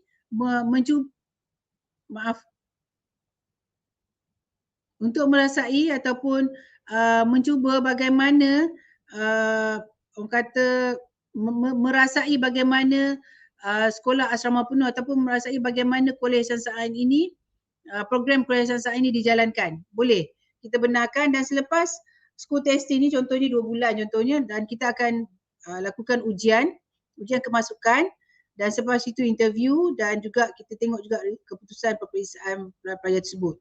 School testing ni kita galakkan supaya tujuan kita yang pertama, para pelajar ni dia dapat rasa sendiri bagaimana kehidupan di asrama. Yang keduanya, mungkin para pelajar ni di sekolah asal ataupun sekolah sebelumnya ada subjek-subjek tertentu yang dia tertinggal dan sebagainya ataupun tak cover, tetapi untuk masuk ke kuliah sains kita perlu lihat bagaimana prestasi akademik setiap pelajar. Jadi dengan tujuan tu kita kadang-kadang bila dia buat ujian, dia mungkin tak dapat keputusan yang kita tak mencapai standard keputusan yang kita nak. Jadi apa yang kita buat ialah kita panggil pelajar ni untuk duduk dengan belajar dengan kita dulu, dan selepas tu lakukan ujian sama ada boleh capai tak standard yang kita nak. Jadi itu untuk school testing, dan juga kemasukan ke tempat dan 5 sama juga ada ujian dan sebagainya, dan juga boleh juga buat school testing tu tadi. Okey, untuk kemasukan ke tingkatan 1 tahun 2022. Bagaimanakah admission proses dia? Okey, sila ambil perhatian yang pertama, admission link ataupun online application kita telah pun dibuka mulai daripada 2 Ogos lagi. Okey, dan dah boleh memohon. Sebab apa? Tempat ni tak banyak. Okey, kami sangat-sangat menggalakkan ibu bapa atau adik-adik untuk memohon sekarang. Sebab tempat yang kita tawarkan tak banyak.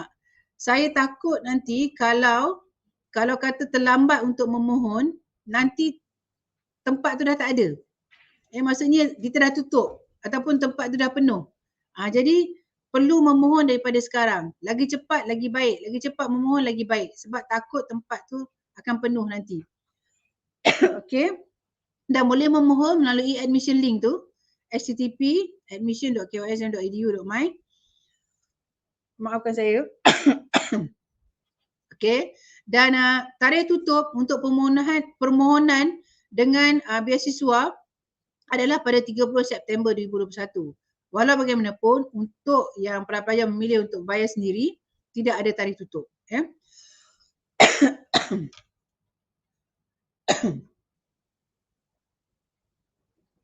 Untuk pelajar berbayar sendiri, kita buka permohonan tu sampailah dah cukup tempat je lah. Okey. Yang saya tapi walau bagaimanapun kita menggalakkan pelajar untuk memohon secepat mungkin. Saya takut tempat itu penuh. Dan pada 30 Oktober kita akan adakan ujian kemasukan entrance test 1, ujian kemasukan 1, dan ujian kemasukan 1 ni akan berdasarkan kepada academic subject knowledge. Maksudnya berdasarkan dengan apa juga subjek-subjek yang adik-adik tahun 6 belajar ketika di sekolah rendah sekarang. Jadi adik-adik jangan tinggal ataupun jangan ponteng kelas PDPR. Sebab walaupun UPSR tak ada, ujian kemasukan ke mana-mana sekolah berasrama penuh ataupun MRSM ataupun kuliah sains tetap akan diadakan. Dan ujian ini adalah berdasarkan kepada apa juga silibus ataupun konten ataupun topik-topik yang adik-adik pelajari di peringkat tahun 6. Dan jika sekiranya keadaan lockdown ni semua ni ataupun PKP ni kembali normal dan kita boleh travel dan para pelajar boleh pergi ke sekolah bersemuka, kita akan adakan ujian peperiksaan ini secara bersemuka di pusat-pusat yang akan kita maklumkan kemudian. Kita ada pusat-pusat peperiksaan di seluruh Malaysia dan juga di Kuliah Sains sendiri. Jika sekiranya dibenarkan untuk ujian kemasukan dibuat secara bersemuka, kita akan adakan ujian tersebut di pusat-pusat yang kita akan tentukan. Walau bagaimanapun, jika sekiranya masih lagi tidak dibenarkan untuk bersemuka, ujian peperiksaan entrance test 1 ni akan diadakan secara online. Kita akan maklumkan kemudian, ya. Okey, dan seterusnya selepas entrance test 1, adik-adik akan dinilai dan akan dipanggil untuk residence based selection yang saya sebutkan tadi. Dan ada juga entrance test yang dibuat untuk entrance test kali kedua, iaitu yang berdasarkan kepada kognitif. Maksudnya ujian lebih kepada kefahaman ataupun general knowledge. Dan juga kita nak lihat dari segi emotional EQ pelajar-pelajar, kemahiran pelajar-pelajar dari segi yang tidak berkaitan dengan topik-topik yang adik-adik belajar di darjah 6. Jadi resident based selection ni kita ada dua sesi, iaitu yang pertama, sesi pertama 18 hingga 20 Disember dan sesi yang kedua 21 hingga 23 Disember. Adik-adik boleh memilih sesi mana yang adik-adik nak hadir. Okey, dan selepas itu pada 10 Januari kita akan memaklumkan jika sekiranya adik-adik berjaya untuk diterima masuk ke Kuliah Syarikat, dan insya-Allah jika keadaan semua kembali normal pada 20 Januari kita rancangkan bahawa pelajar boleh mendaftar masuk ke Kolej Yayasan Saad. Okey. Dan apakah syarat-syarat kemasukan? Ini pun penting, ya. Apakah syarat-syarat kemasukan ke Kolej Yayasan Saad? Untuk ketingkatan 1, syarat kemasukan untuk mendapat beasiswa. Ini syarat-syarat kemasukan untuk mendapat beasiswa.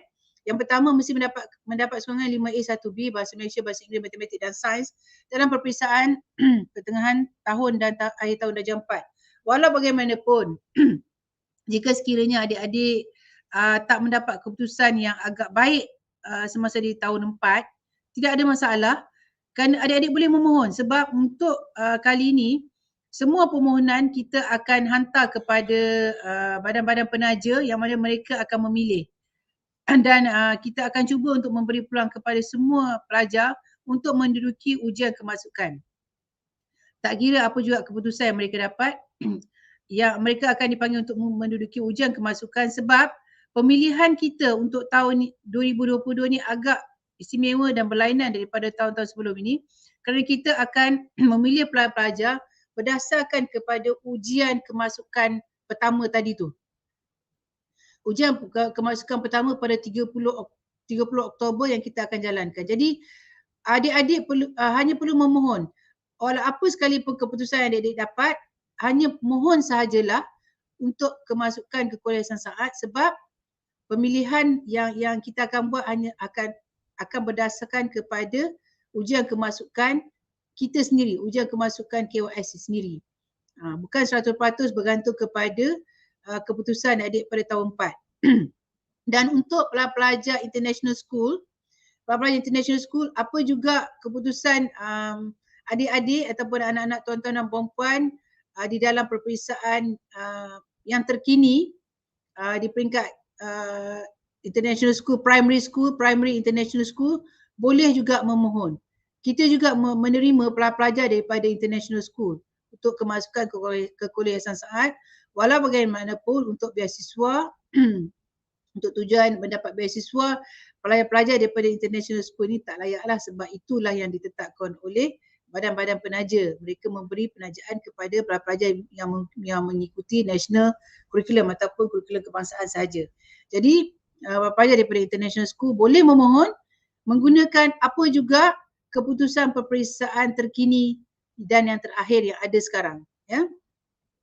Yang kedua, menunjukkan pencapaian akademik yang baik dan konsisten sepanjang persekolahan, aktif dalam core curriculum, warga negara Malaysia, fasih dalam bahasa Melayu dan juga bahasa Inggeris, dan seperti mana yang saya nyatakan tadi, menduduki ujian kemasukan pada 30 Oktober dan juga ujian kemasukan kedua, resident based selection pada Disember nanti, ya.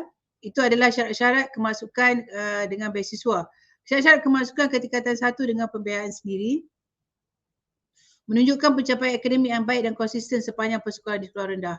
macam saya cakap tadi untuk para pelajar daripada international school boleh saja memohon dengan apa juga keputusan yang adik-adik ada aktif dalam aktiviti kurikulum warga negara Malaysia dan akan menduduki juga ujian kemasukan pada 30 Oktober dan juga resident based selection pada Disember. Walau bagaimanapun, jika ada yang memohon untuk berbayar sendiri yang memohon selepas daripada tarikh tutup dan selepas daripada tarikh-tarikh kita membuat ujian-ujian ataupun selepas daripada tarikh ujian kemasukan pada 30 Oktober ataupun memohon selepas daripada resident based selection, kita akan panggil para pelajar untuk menduduki ujian kemasukan dan juga interview juga selepas itu.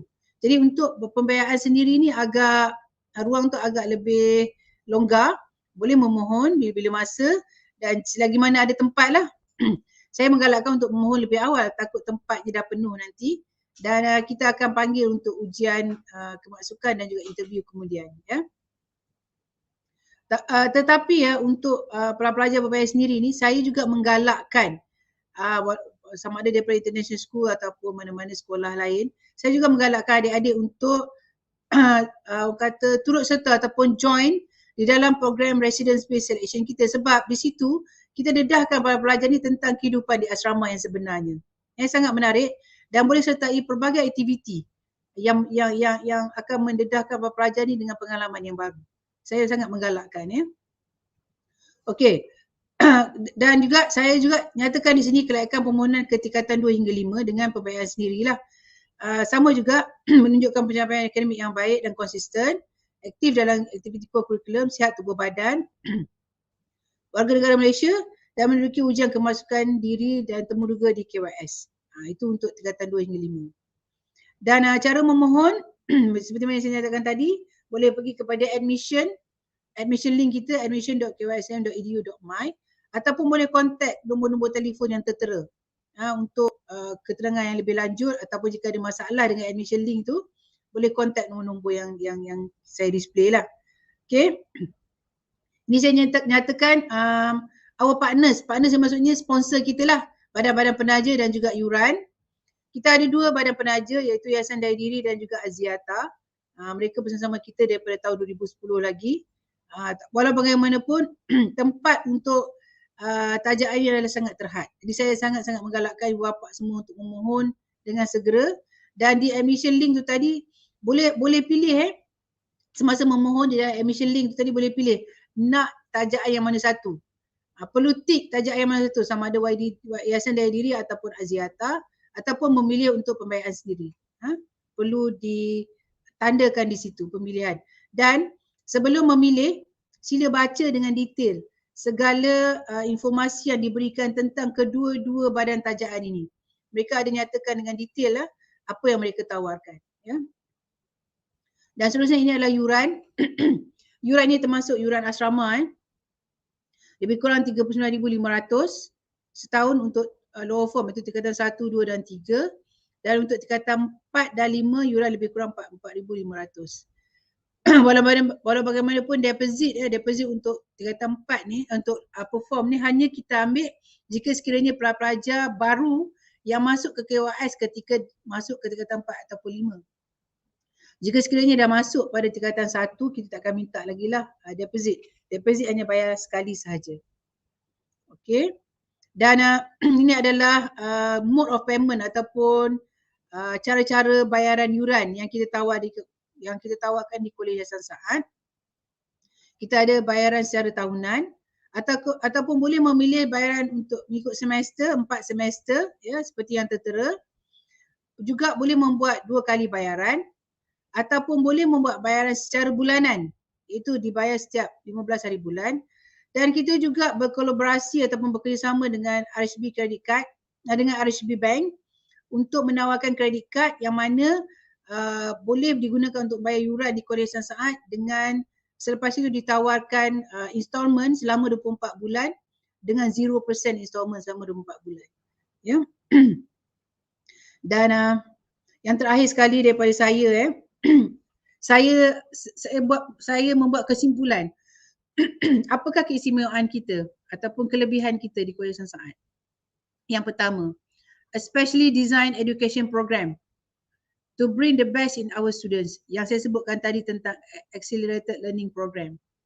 Ya, yang kedua, parenting as pastoral care yang saya sebutkan tadi tentang house master system, personalized system, focusing on nurturing individual students through our house master system. Yang ketiga, facilities kita. Kemudahan yang kita ada seperti mana dalam video, apa juga kemudahan dan perkhidmatan yang kita ada sangatlah kondusif ataupun sangatlah selesa, sangat selesa untuk, sebab apa kita bagi kemudahan dan fasiliti yang sangat selesa, ruang kawasan yang sangat luas, kelas yang ada aircon, ada swimming pool dan sebagainya. Sebab kita nak pelajar ni, kita nak sediakan environment yang sangat sesuai untuk pelajar ni menggunakan ruang yang ada tu untuk menggilapkan potensi dalam diri sendiri. Mereka mampu untuk, contohnya mereka boleh sertai triathlon. Jadi mampu untuk menggilap kemampuan mereka untuk mendapat pengalaman dan sebagainya dengan menyertai triathlon dan sebagainya. Kemudahan yang kita ada ni sangat excellent. Yang seterusnya adalah holistic education. Kita ada pelbagai aktiviti yang akan diterangkan oleh para pelajar kita nanti, yang mana aktiviti-aktiviti ni akan contribute ataupun akan melahirkan para pelajar yang mampu untuk pelajar ni gunakan untuk menggilap potensi diri sendiri. Yang seterusnya adalah career guidance and counselling program yang saya telah terangkan tadi. Yang keenam adalah emphasis on essential etiquette, iaitu kita mendedahkan para pelajar ni dengan pelbagai events ataupun program-program yang akan membantu pelajar ni untuk membentuk sasiah diri mereka, karakter mereka tu tadi. Macam-macam dari segi sampaikan kepada fine dining ataupun cara makan, etiket makan, etiket ketika bercakap, bersemuka dengan guru dan rakan-rakan dan sebagainya. Pelbagai aktiviti lagi. Yang seterusnya adalah culture of excellence. Ya, ini yang saya dah terangkan tadi ya. Dan yang seterusnya ialah transforming lives. Di KYS kita sebenarnya transform kehidupan seseorang daripada zero kepada hero. Okay, itu adalah kelebihan-kelebihan yang kita ada di KYS saat. Dan itu adalah apa yang dapat saya kongsikan berkaitan dengan information sedikit tentang KYS. Dan untuk seterusnya I will invite the representatives from Prefectorial Board untuk sama-sama berkongsi tentang real experience mereka di Kolej Yayasan Saad. Okay, please welcome the representative from the Prefectorial Board. All right. Thank you, Madam Stino. Good morning to everyone that is tuning in. I hope that everyone is having a wonderful morning today. First of all, I would like to introduce myself. My name is Muhammad Azim, and I'm a part of the Prefectorial Board of Kolej Yayasan Saad, and I'm also a Form 5 student here. Hello everyone, my name is Nur Sharina Alia, you can call me Sharina, and I am a Form 5 student as well, and I've been in college for 5 years. Hi everyone, my name is Putri Christina, you can call me Christina. I'm in the Prefectorial Board and I'm also a Form 5 student. Hello everyone, my name is Aftab bin Ramizi and I'm a part of the Prefectorial Board and a Form 5 student too.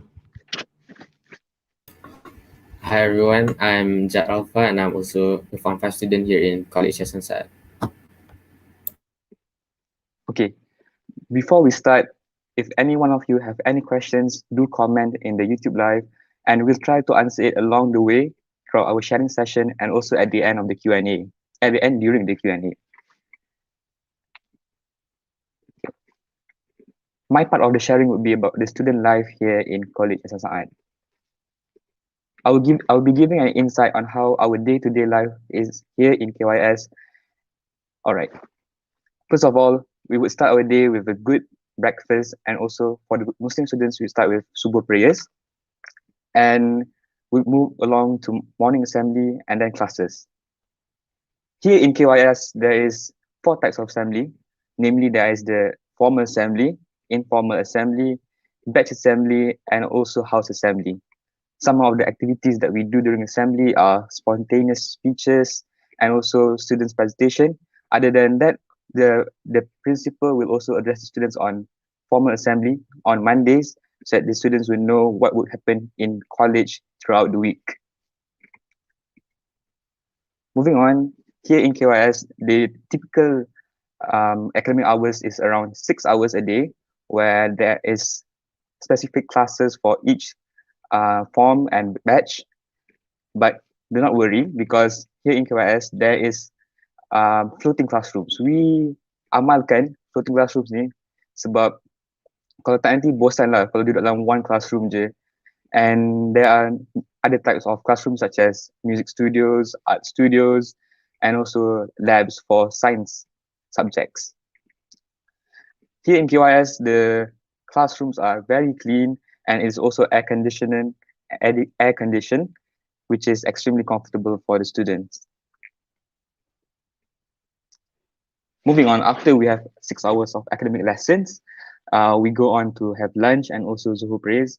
And then we would move on to independent learning, where we would study alone or with friends in our assigned classrooms, or you can go to the resource center, which is the KYS library, and look for information, because there are tons and tons of books there that's available for the students to read and also borrow. But this time, in the evening, it isn't limited to studying. For me personally, I am an orchestra student, so that means that I would go to the music studio and practice for my orchestra. Other than that, in the evening, since KYS also focuses on physical activities and not only the mind, there are sports and uniform body for everyone here. Here in KYS, sports here is extremely ditekankan kepada students sebab kita nak membina badan kita dan juga minda kita macam patah Melayu lah. Badan cerdas, otak cerdas. Jadi kat sini ada banyak pilihan sukan, antaranya ialah rugby, cycling, netball and swimming. House training is also available and it will be led by the house captains of each house, which is basically the house leaders. Some other activities also include yoga and uniform body, such as scouts. Here in KYS, uniform body offers tons and tons of activities for everyone to experience, especially if you are new here. Kalau adik-adik semua baru lagi masa sekolah rendah, tak banyak experience lagi, here in KYS is where you can find that experience and build your character here in KYS. Dekat KYS ni, makan memang sedap and memang cukup. Don't worry, because every meal is carefully catered towards each and every one of you. Contohnya kalau if you are vegetarian, then the dining hall would prepare a vegetarian meal for you for each 5 meals, which are breakfast, tea break, lunch, dinner, and supper. Here you can see students enjoying food in dining hall.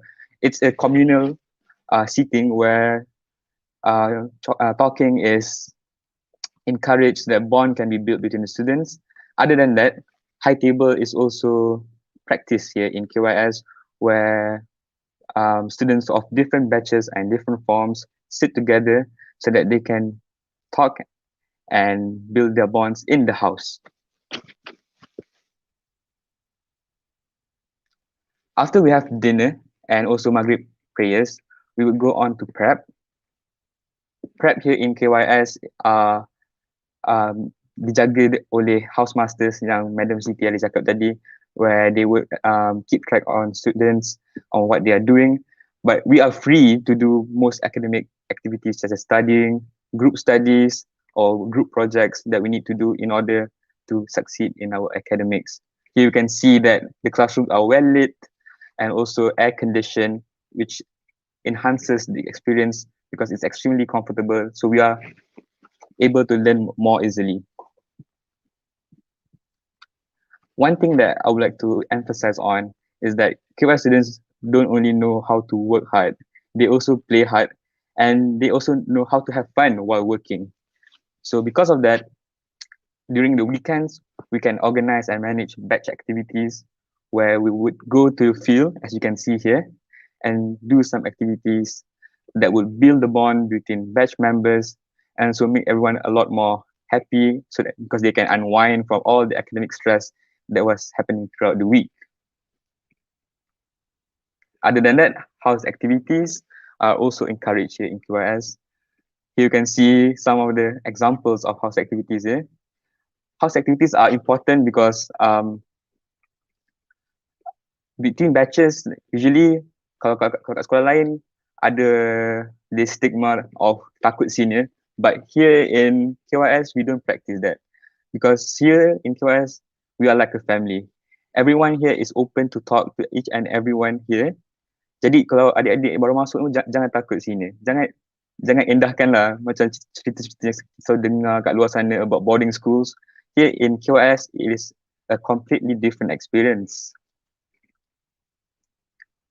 Other than that, there are in-house dinner nights, which is usually held monthly or sometimes twice a month, depending on the activity. Here you can see some of the activities, which is choral speaking, Malam Bintang Legenda. Malam Bintang Legenda is a Malay drama where the students reenact one of Tan Sri P. Ramlee's movies. And then there's Citrasari, which is a fancy name for a dancing competition, which is divided into two sections, which is contemporary dancing and also traditional dancing. Other than that, we also have Nasyid night. So students don't have to worry because there are lots of activities that they can show their talent of.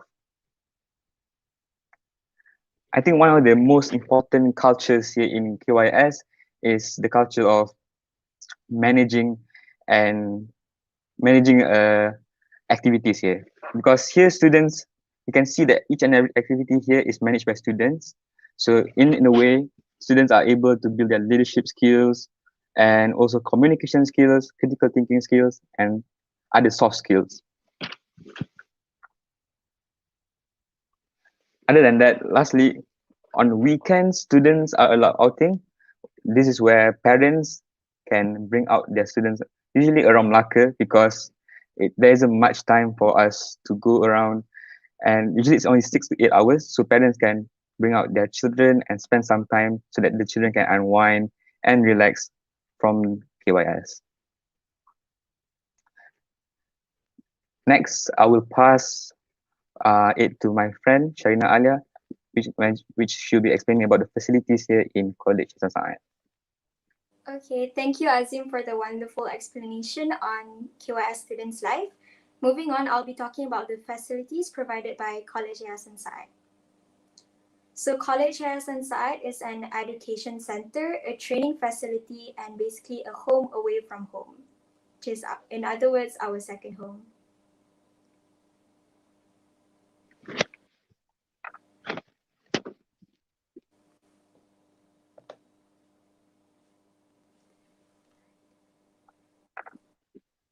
Okay, so first of all, I will be talking about the dorms and apartments where basically all the students live in at KYS. So at the beginning of every academic year, all students will be assigned to a dorm according to their houses. So untuk adik-adik yang akan masuk pada tahun hadapan, nanti you guys will all still be living together with your batchmates. However, you'll be separated according to houses after you've received your house. So as you know, college has 3 houses, which are Rahman, Raza, and Hussein.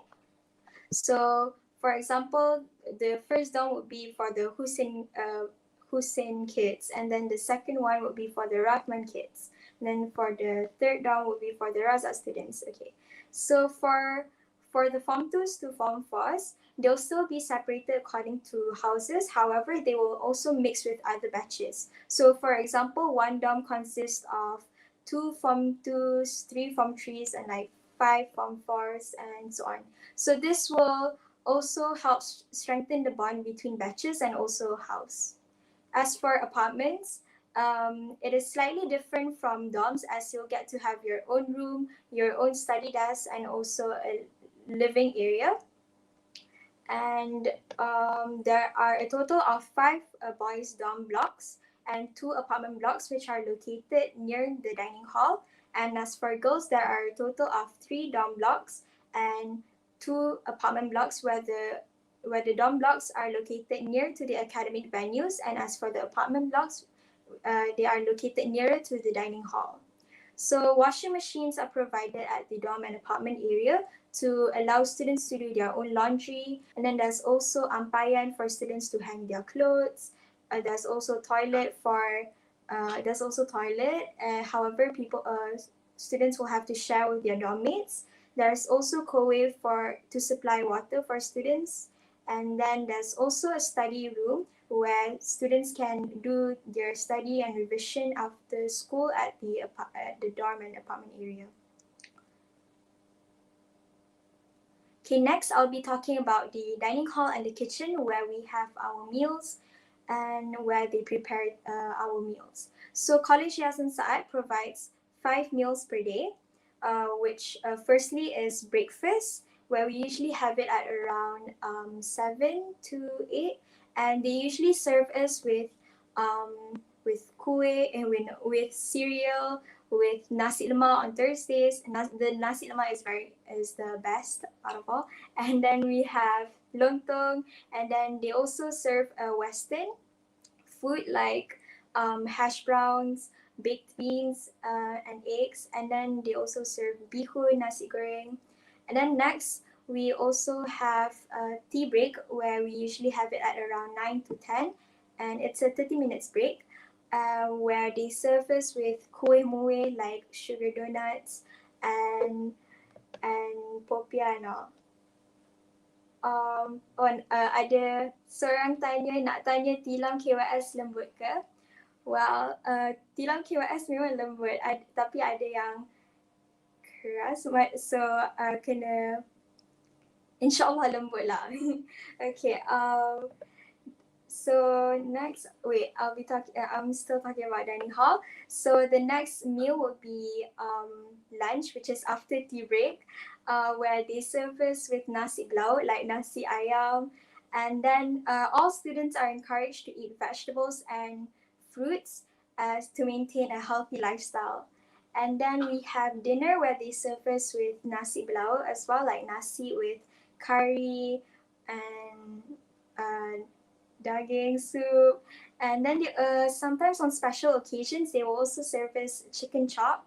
And then we have pasta as well. And then after dinner we have supper, which we have it after prep. They usually serve us with nasi goreng, bihun, mihun, even garlic bread with mushroom soup, tuna sandwich, egg sandwich, and also macaroni sometimes. And as if you're a Harry Potter fan, you may notice how our dining hall kind of looks like the Hogwarts dining area. And sometimes we even have classes and workshops here at the dining hall, as they have a good audio system and it is fully air conditioned.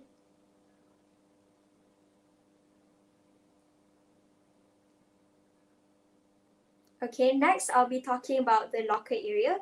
So at the beginning of every academic year, all students will be assigned to an academic locker. So this will make it easier for students to commute to one class to another. And the locker areas are usually located at the academic blocks. So for the Form 1s, the locker area will be located right outside their classrooms at the academic block. And then for the Form 2s to Form 4s, the locker area is located near the music studio and under the Tangga Kejayaan, which is actually near to all the classrooms. And as for the Form 5 lockers, it is located at their A-levels block, which is located right outside their classrooms. And next, I'll be talking about the science lab. So there's a total of 6 science labs, which there's 2 each for each study. So we have physics, chemistry, and biology. So we usually have our science classes here at the science lab, so we can carry out experiments like dissecting a frog or mixing around chemicals. And the science lab is fully equipped with all sorts of chemicals and apparatus. And there's also a lab assistant to help us with our experiments and classes. And then next we have the computer lab.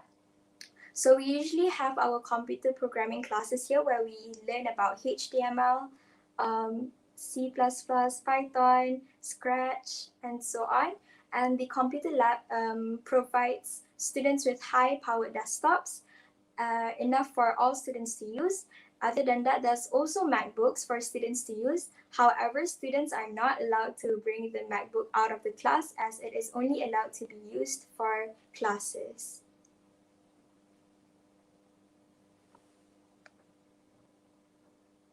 Okay, next I'll be talking about the music studio. So this is where all the orchestra members usually spend most of their time at. As you know, college has an orchestra club. Okay, so there are two music studios. One is for practice, where it consists of two private practice rooms and a large corridor for music theory classes. And one more is the rehearsal studio, where the orchestra members usually have their rehearsals at.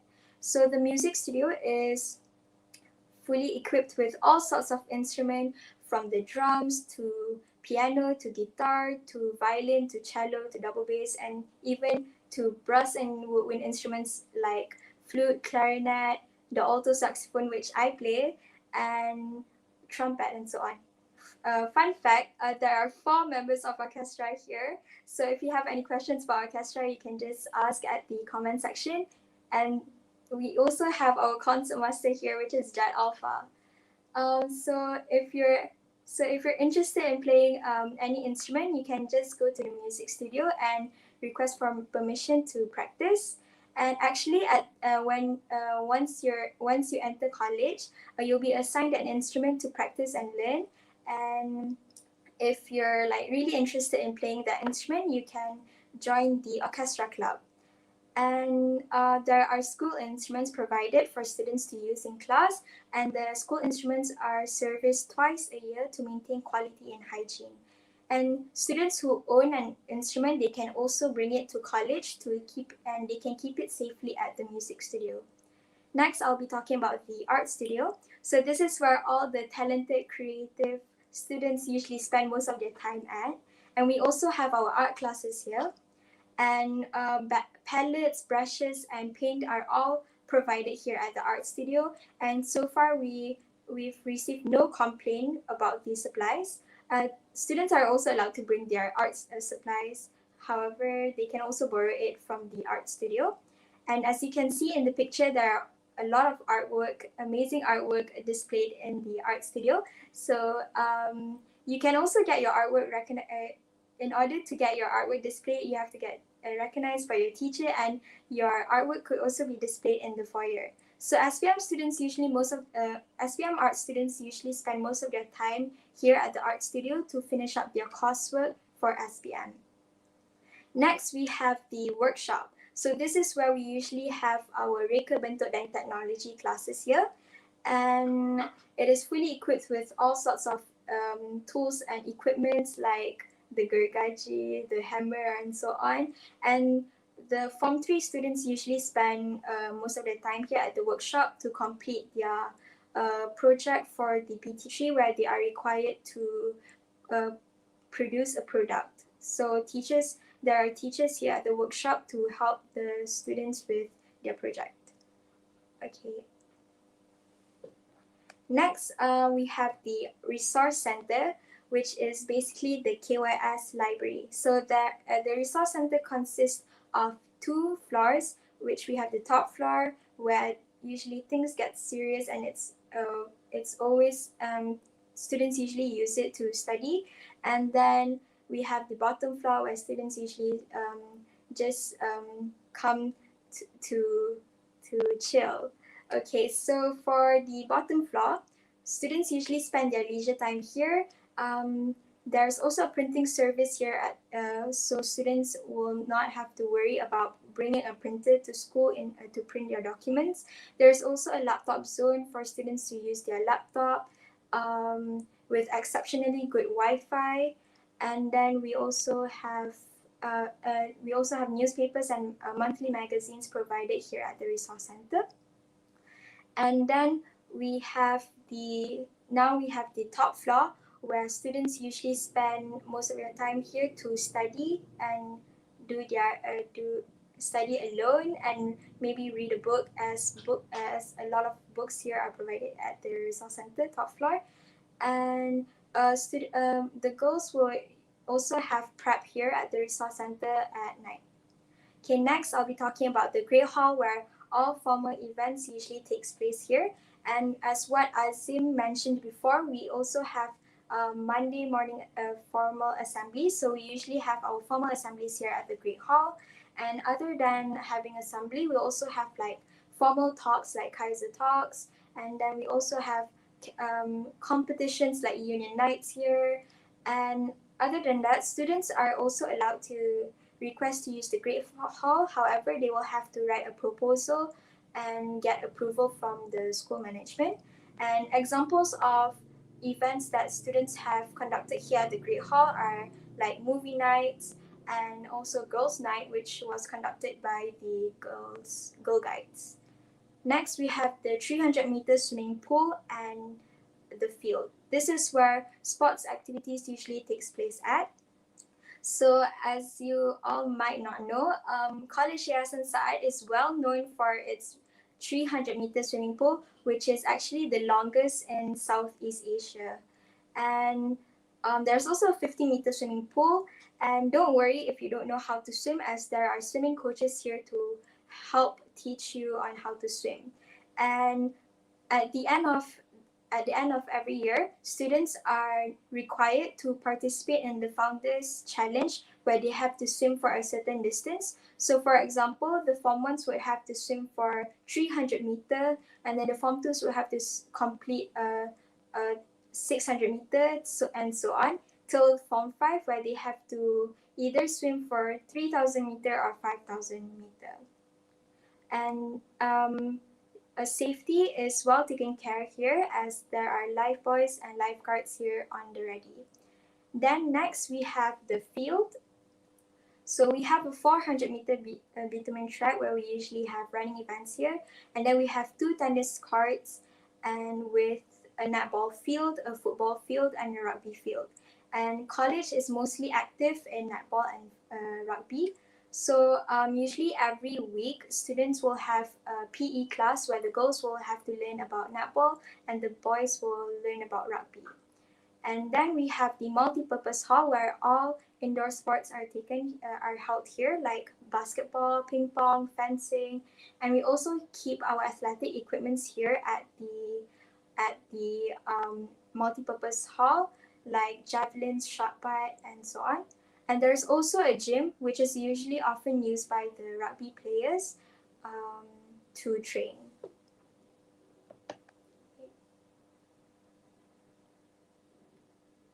Oh, someone asked, is the music studio accessible to all the students at any time, especially weekends? Well, the music studio will only be open if there are teachers there present, and you can. Oh well, weekends it is only open at some time if the concert master has the key to open the music studio and you can go there to practice. Someone also asked, Epizal asked if there was archery here in college. Yes, there is archery here in college. Later, Aftab will explain further about archery sports here in college. Okay, next we have the orchard, which is the dusun of College Yayasan Said. Mostly students here usually look forward to musim buah, where the orchard will be filled with colorful and various types of fruits, from manggis to nangka to even durian here and rambutan. So, however, students are not allowed to to enter the orchard due to safety reasons. However, the College Yayasan Said staff will help pick and harvest the fruits and serve at the dining hall. And then we have college transports, which are buses, vans, and cars. So buses are usually used for school trips and for boys for boys every Friday to go for their Friday prayers. And buses are also used to fetch students from one point to another when it is raining heavily. Example, from the apartment to the dining hall and more. And then the private cars and vans are usually used to pick up students to go to the clinic. And then we have the surau, which is the last facility here. So surau is for both girls and boys. It has a complete audio system for azan, and the surau provides sejadah, rehal, and Al-Quran, and also telekung for the girls, but it is encouraged for the girls to bring their own telekung. And we also, so all fardu prayers are done at the surau. And during Ramadan season, we have our tarawih here at the surau. And we also have ceramah, agama, and talks here at the surau. There's also a mini surau at the girls' dorm, as the dorm is quite far from the surau, so they have mini suraus there at the dorm, which are called as musalla. So I guess that's all for facilities. Now I'll be passing on to Christina to further explain on extracurricular activities. Thank you all. All right, thank you, Sharina. So before I begin explaining about the curricular activities here in KYS, I'd like to answer Zanib's questions. So first, you asked about the chess club, and we do have a chess club in KYS. Even though not many students are in it, it's still quite active, and they still go for MSSNM, and a few manage to go to MSSM. And about the coach, there is a coach, but not all the time. It's usually only when it's getting nearer towards the competitions. And how many students in one batch? When KYS first started, there were only about like 20, 60 students. However, now KYS takes in around 100 plus students each batch. So first, I'm going to talk about Girl Guides. I'm sure you all know what Girl Guides is. And in KYS, it's probably the most active uniform body, even during this pandemic. They have organized many activities and joined many camps, both nationally and internationally. For example, they've been to New Zealand, the United Kingdom, and India. And every year, the number of Queen's Guides recipients increase. Sorry, I had a parcel. Next, I'm going to talk about Scouts. So for Scouts, they bring in an experienced leader to teach the fellow Scouts about ikatan, simpulans, how to set up a campfire and tents. And they have also been joining national camps. And every year, a few students will be able to earn the highest award, also known as King Scouts. Other than that, there is KASPA, which is relatively new in KYS. And basically, you learn how to be like a firefighter. You will learn how to ascend from the first floor to the second floor with a rope. You also learn how to handle snakes and how to put out fires. And sometimes even help to clean the school areas near the academic areas. Besides that, we also have Silat. And for Silat also, they bring in an experienced instructor to teach the students. So you get to learn self-defense in a traditional way. And even sometimes we invite the Silat people to do performances in the Great Hall. For example, during like Malam Ambang Kemerdekaan or when other schools visit KYS. Another form of self-defense that you can learn is Taekwondo, which we also bring in a professional teacher who will help you from the start. So you don't need to know much about the basics, but of course it's better if you know like a bit lah. And you get to join tournaments also, and if you're good enough, you can even earn your black belt. As you can see in these pictures, Girl Guides have been very, very active. They've joined camps, they've met a lot of new people. They have also joined public speaking competitions and organized virtual conferences and talks, mostly about women empowerment. Besides that, there's also the art club. So this club is for all the artistic, creative people who want to express your feelings and your thoughts, ideas in a creative and healthy way. When you join the art club, you get to enhance your art skills, and you get to paint, draw, sketch, and even sculpt. There are around 3 knowledgeable teachers who are there to guide you, how to teach you how to stroke properly, the correct equipment and tools. And your art, if it's good enough and approved, it may also be promoted via social media or, as what Sharina said just now, put on display in the admin foyer for everyone to see. We're in the 21st century, right? So we also have a computer club. So a computer club is for those of you who like IT or coding or anything computer related. You get to expand your knowledge on coding, and it's going to be more than what you learn in your normal computer programming class that's in your schedule. You will learn how to design websites, games, and even code robots. And with the help of our very knowledgeable teachers, such as Cikgu Hazi and Cikgu Faisal, you will be able to really heighten your knowledge and be an expert in coding. And we also have a codex competition, which is a competition to test students' knowledge and capabilities in coding. And they will have to invent a product based on STEM, which is science, technology, engineering, arts, and mathematics.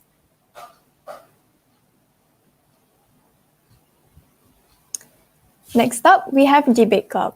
So Debate Club is one of our very most active clubs here in KYS. They join all sorts of tournaments every year, both national and international ones.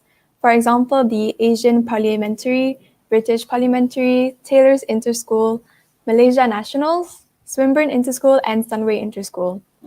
They are actually 2 times national champions at Swinburne Interschool Debate. And even during this pandemic, they have joined online debates. For those of you in Form 1, when you become Form 1, they organize this event called KYS JDC, which stands for KYS Junior Debate Championship, where the objective is to search for young talents and potential in those of you in Form 1 to join their club.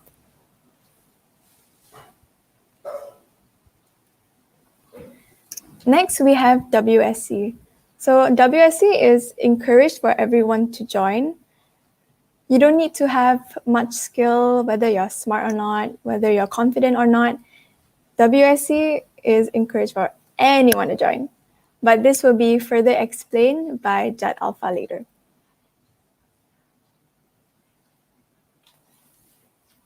Next, we're going to talk about the challenges and competitions that we have joined over the years.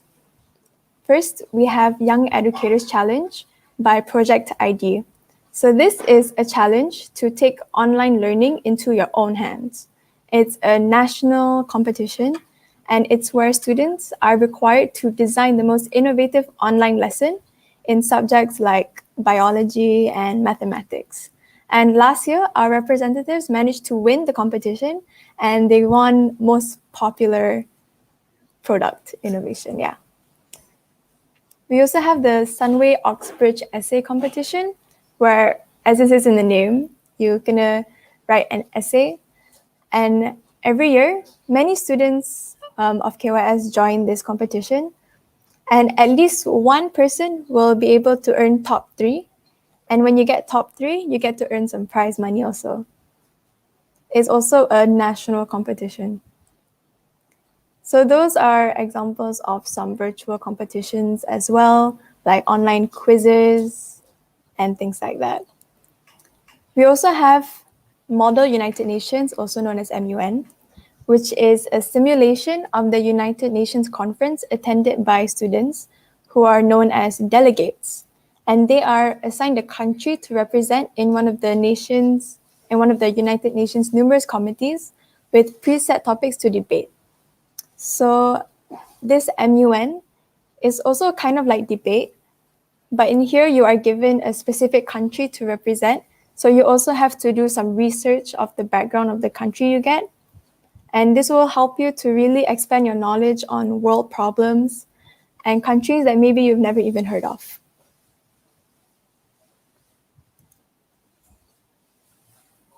Next up, we have orchestra, which is also one of the most active clubs in KYS.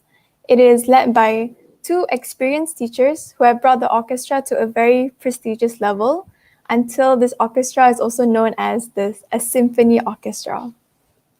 And we are also one of the few orchestras to have both strings and brass and woodwinds. Usually you see in other boarding schools, they only have brass and woodwinds. And also don't worry if you don't have any musical background, if you don't know what an instrument is, if you don't know how to count properly and all, don't worry because the teachers will teach you from the basics. And even I'm in the orchestra and I play the cello. And to be honest, I didn't even know what a cello was until I saw it in person. So when you're in Form 1, you will be assigned an instrument. It could be a violin, flute, alto saxophone, or trumpet. So don't panic if you don't know or never heard of any of the instruments, because they have many experienced teachers to come and guide you from the start. And when you're in Form 1, there will be a beginner orchestra at the end of the year, which is an orchestra comprising of just Form 1, just adik-adik semua. And it's a very fun experience because you get to bond with your batches and all. And if you like it, you can audition for the junior orchestra, which is for lower form. Other than that, there's senior orchestra from Form 1 to Form 5. And there's also the chamber orchestra, which usually goes to Japan to perform in a student exchange program. And each orchestra is led by a student, also known as a concert master, which is a violinist, such as Jad Alpha over here. And we play upbeat songs like Don't Stop Believing and classical songs like William Tell Overture. Even though the songs are really hard, we work also really hard to produce the best performance. There's also an annual concert where the orchestra will perform usually in Kuala Lumpur at the Performing Arts Centre.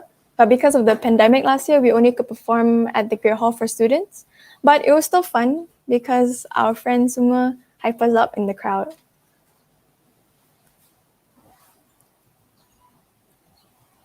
Next, we have musical. So musical is usually when you're Form 1 and Form 2. So we have done many productions such as Wizards of Oz, Matilda, and Disney's Descendants. So when you join musical, you get to learn how to act, how to sing, how to dance, and work on your stage performance and self-confidence also. And sometimes, instead of just normal music from the computer, right, the orchestra will actually play live, like actual live in the Great Hall with the audience semua to produce music for the musical.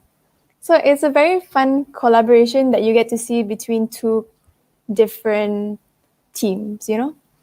And it's probably one of the best memories you will make, especially in Form 1, because you get to spend a lot of times and you get to know your batchmates.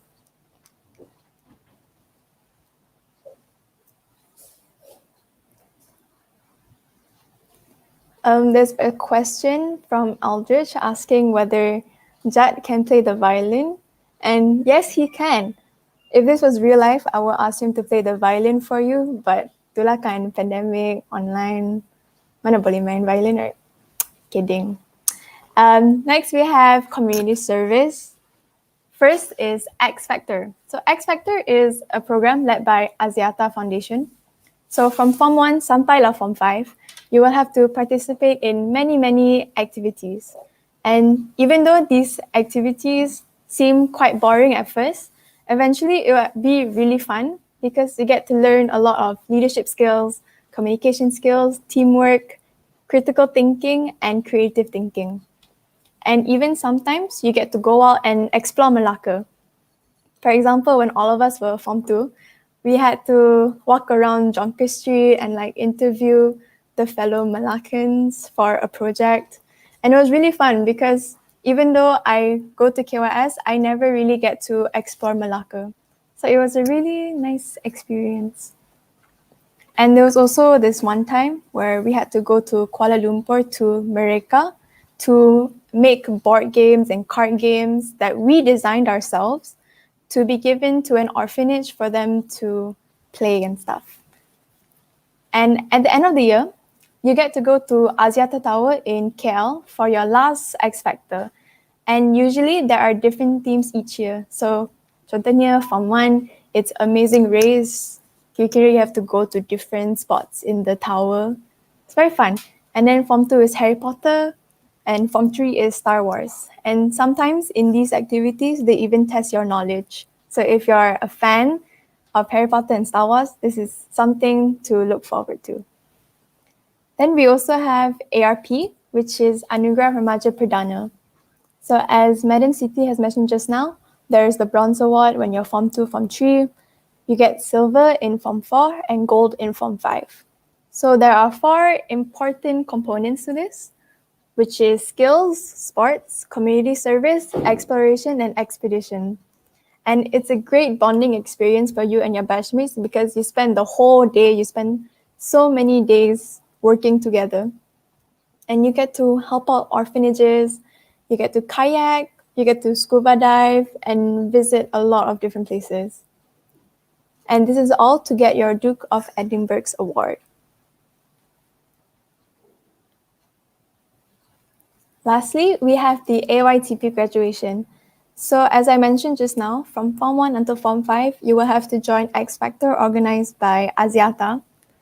And in the end of your Form 5 year, you will have a AYTP graduation. AYTP stands for Axiata Young Talents Program. See all of you little talented kids out there, right? So you get to graduate, you get to wear the graduation robes, cap, macam graduate lah. And it's like really fun and I'm looking forward to it. And that's all from me. Now I'm gonna pass it to Aftab to talk about the sports. Thank you, Christina. So before I start presenting about sports, I'll be answering some questions. Okay, so the first question is, kalau kurang fasih bahasa Inggeris, boleh masuk ke cikgu? Yes, boleh masuk dek. Saya pun dulu kurang fasih bahasa Inggeris, tapi bila masuk kelesian saat ni, cikgu-cikgu semua akan tolong kita daripada zero to hero. Okay, lepas tu lagi satu soalan is, di sana semua subjek dalam bahasa Inggeris ke? Okay, some of the subjects are in English, the main ones, for example, science, maths, science, maths, and the ones yang pakai BM is RBT, sejarah, agama Islam, and so on. Okay, so the next question is by Faris Aryan.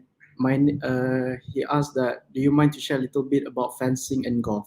Because I saw it earlier in one of your school curriculum. Okay, so fencing and golf. Alright, so fencing is not a main sport in College Sansaan, but there is fencing in our school. They provide fencing facility. And also for golf, we don't have a coach for golf, but usually when Tan Sri Halim Saad, right, when he comes to our school, usually he will ask for students that can play golf and play with him at Tiara Golf Resort in Melaka. Okay, so I'll start presenting about my slides now. All right. So a common misconception about KYS is students here, we are only good in academics, or in other words, KYS tu sekolah budak-budak pandai je. So here am I hoping that by the end of my slot, all of you watching today will look at KYS as sekolah budak-budak around there. Okay, so sports hours in College Sansaan are from 5 to 6:30 p.m. every day. It is compulsory for all, and students will head to the field or respective venues. Actually, there's a whole lot of sports that you can participate in KYS, but today I'll be only covering a few. So in KYS, we focus on 3 main sports, which are rugby, netball, and swimming. So the other sports I'll be talking about are football, touch rugby for the girls, and also triathlon. Okay, firstly, rugby. Some of you might be rugby yang rempuh-rempuh tu and some of you might be, yeah, I know this sport, the All Blacks my favorite. So quick introduction. Rugby is a sport where there'll be two teams of 15 players running around the field trying their best to get to the opponent side and score by putting the ball at the end zone of the field. So in Form 1, all of the boys will have to try the sport. The first few months will be of learning and getting used to the basic aspects of the sport with the help of KYS three great coaches, namely Coach Farhan, Coach Khairul, and Coach Marat. Then there'll be a team selection where around 30 of you will be chosen to be part of the KYS Runners, the school rugby team. So if you're interested to join the KYS Runners one day, training from now would only mean a plus point. So I'm also one of the KYS Runners member. My experience in Malacca, it can be said that we are the best team in Malacca. So yeah. Okay, now that I'm in the team, what happens? The KYS Runners under 18 team and under 15 teams do participate in a lot of tournaments. So we can consider them quite active lah. Okay, so for the under 15 team, so the Form 1s next year, right? You guys. So you guys will usually play against the MCKK, Malay College Kuala Kangsar, under 15 team in the official annual friendly match. Okay.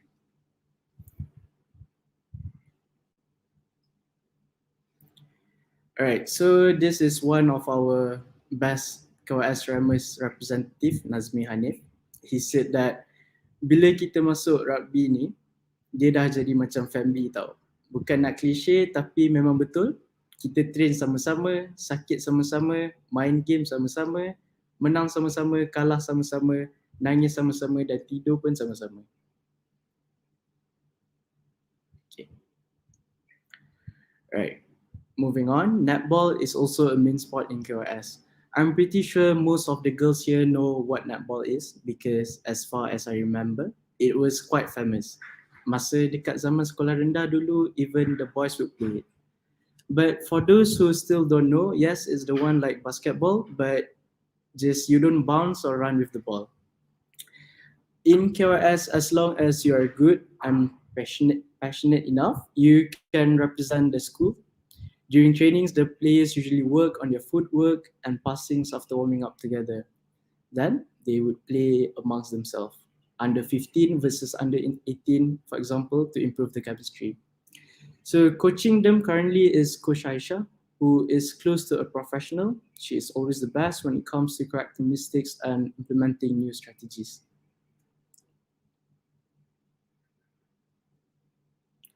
Right, so this is also one of our netball player, Nurin Sofia. She said that being a netball player in KYS is really fun and fulfilling. After many intense trainings and games together, we all become like a second family. Every year we participate in MSSD, MSNM netball, and for a few years now, at least one of us gets selected to represent Malacca in MSSM. During the pandemic, they also used the Active Arcade app to practice together. So fun.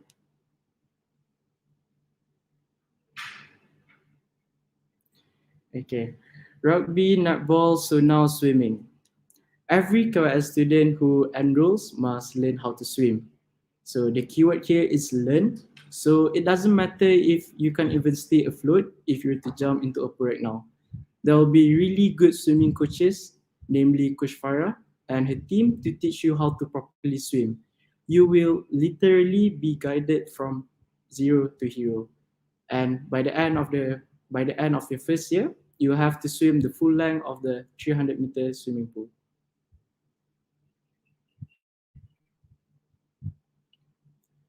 Alright, so this is one of our state swimmer, Mifza Mahade.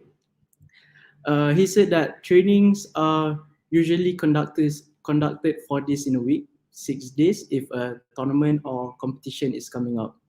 So don't worry, even if you're a Form 1, you can be a part of the swimming team here in KYS. Just as long as the timing of swimming tryout meets the coach expectation, the swimming team participates in the MSNM every year, video open water competition, and other comps if there's enough participation.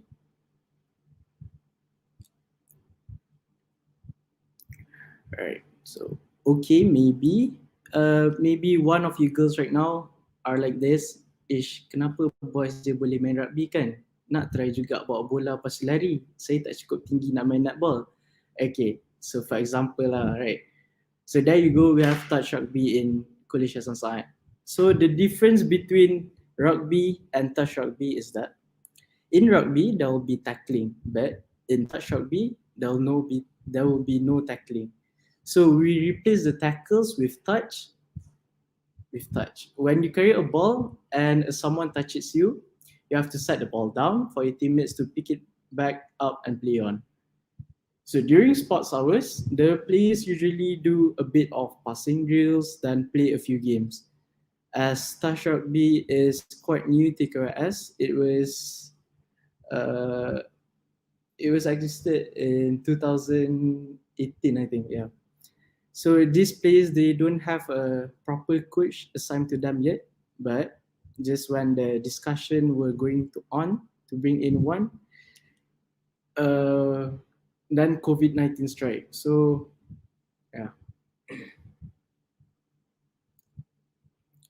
Alright, so this is one of our touch rugby team representative, Alisha Razin. She said that I'm pretty sure all forms are allowed to participate and represent KYS. We haven't been to much tournaments though. We only have been to APSM and a national tournament. So I would say touch rugby is not active as of now due to the pandemic, but can still try out after the pandemic is over. So girls, heads up, if netball isn't your thing, try touch rugby and you might just be good at it. So football. So the KYS Football Club is newly established only in 2017. Because it is new, KYS hires coaches from outside of the school, and these coaches are usually very experienced, who are previously coaches of prestigious football clubs and teams around the country. So training in KYS are most of the time different, sort of skill harnessings and fitness drills for like an hour.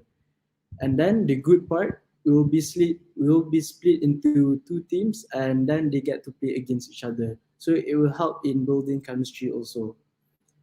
But throughout the years, the KYS football team has had a few friendly matches with some other schools in Malacca between the under 15 and under 17 teams. However, you can only attend the tryouts in Form 2 as it is mandatory for the Form 1 boys to first train and try out for the KYS rugby team, because KYS rugby is a main sport in College Hasan Said. Okay, so here's my friend to tell us more about the team, Linat Kumar. He said that since I was little, I've always enjoyed playing football, and I'm beyond grateful that KYS allows me to do what I do best.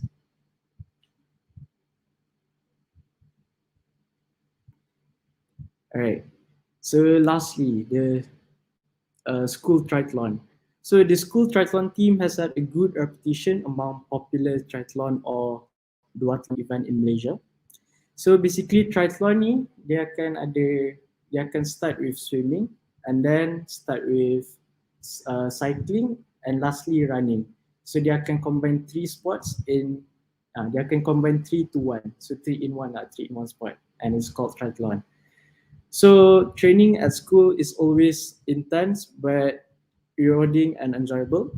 For cycling and running, we have our own coach, Coach Azim, who will lead the training, mainly cycling but sometimes running. So for swimming, Coach Farah and other swimming coaches will be supervising, and all forms with the exception that the younger ones have to be very good as competition is fierce. So competitions are almost every month dulu before COVID. For example, GCE Duathlon, Perak Triathlon, Powerman Malaysia, and many more. So some amazing achievements by them are GCE Duathlon in 2019. They achieved top 3 in mixed relay and top 5 in men's relay. And you may also heard of Powerman Malaysia. Powerman Malaysia is a big thing in Malaysia actually. So in 2018, our school team won first, second, and third in men's relay. So they managed to conquer all the podium. Yes. And during this MCO, all sports members occasionally have online meetings and they only individually play their parts in ensuring fitness and etc. So there's also a question about archery. So yes, archery, like I said, the main sport in KYS is rugby, netball, and swimming. But also archery, there's archery in our school, but it's not that popular in the school. But there's still a coach and a facility for archery. And also there's a question from Alisha Safia. She asked that if I want to continue my taekwondo in my current grade, is it possible? Or do I have to start from the beginning? Okay, so in College side, we have a taekwondo club, right? And we have our coach from outside also. So yes, you can continue your taekwondo in your current grade, and it is possible. Okay, so this one of our triathlon team representative also, Irfan Kamaluddin. So he's a cyclist. So he said that like any other sport, triathletes go through grueling training sessions, failure and disappointment. But those who are strong and prevail through the smoke will get the best rewards. Oh, and let me tell you this, the rewards are definitely worth the pain. All right. So these are the few sports that I missed, which were squash, tennis, archery, basketball, and many more. But you all can try out these other sports as well when you come into KYS next year. So now I'll pass it on to my good friend Jad Alpha. Thank you. Okay, thank you Aftab. Assalamualaikum and good morning everyone. So I hope adik-adik semua still very eager and semangat nak learn more about KYS as we head into the last part of our presentation today, where I'll be presenting about academics. Okay, so firstly I will be talking about the academic hours and also prep hours in KYS. So here you can see pictures of our KYS students studying and also completing their homework in their respective classrooms during prep hours. So I'm sure you're all wondering prep hours to bila, but as mentioned just now, I think prep hours for lower form is usually 8 to 10 p.m. at night, and for upper form is 8 to 10:30 p.m. Yeah, so kalau adik-adik semua macam, oh kalau siang dah penat-penat sekolah semua, kenapa malam kena pergi classroom lagi belajar semua? So it's basically because from what you've heard during this whole presentation, I'm sure you got the idea that the KOS schedule, especially siang, is very packed because you have your academic classes, then you have your extra classes, your extracurricular activities dengan sports semua. So this night prep time is like your time to really sit down and focus and betul-betul siapkan semua homework yang cikgu bagi, semua class projects ke apa, or even revise your studies and prepare for exams. Yeah. So next we'll see what one of our very own Form 5 students, Harvina Korkler, has to say about prep. So she says that due to the hectic schedule in KYS, it can be difficult for us to slot in time to get our academic work done. That's why prep time is extremely important to me. I also do my utmost best in order to ensure I divide my prep time well, so I have enough time to complete my homework and to get as much revision done as possible. Thanks to prep, I don't have to worry about staying up at night struggling to get work done on time. So as I said just now, this prep time is given to you every day during the week, Monday to Friday, and you also have prep siang on Saturday, which is from 8 to 12 in the morning. So yeah, since you won't have any other time to complete your homework and study or revise your studies, this prep time is very good for you, and you should optimize it well if you masuk KYS later. Next we have formal learning. So formal learning in KYS, I'm sure adik-adik kat sini semua, since you guys are still standard 6, there's a few subjects in the secondary school syllabus yang maybe you tak pernah dengar, like geography or the different sciences, which are chemistry, biology, and physics. So you don't have to worry. Sebab in KYS, even though we're a private school, we follow the nationwide syllabus, which is KSSM, Curriculum Standard Sekolah Menengah.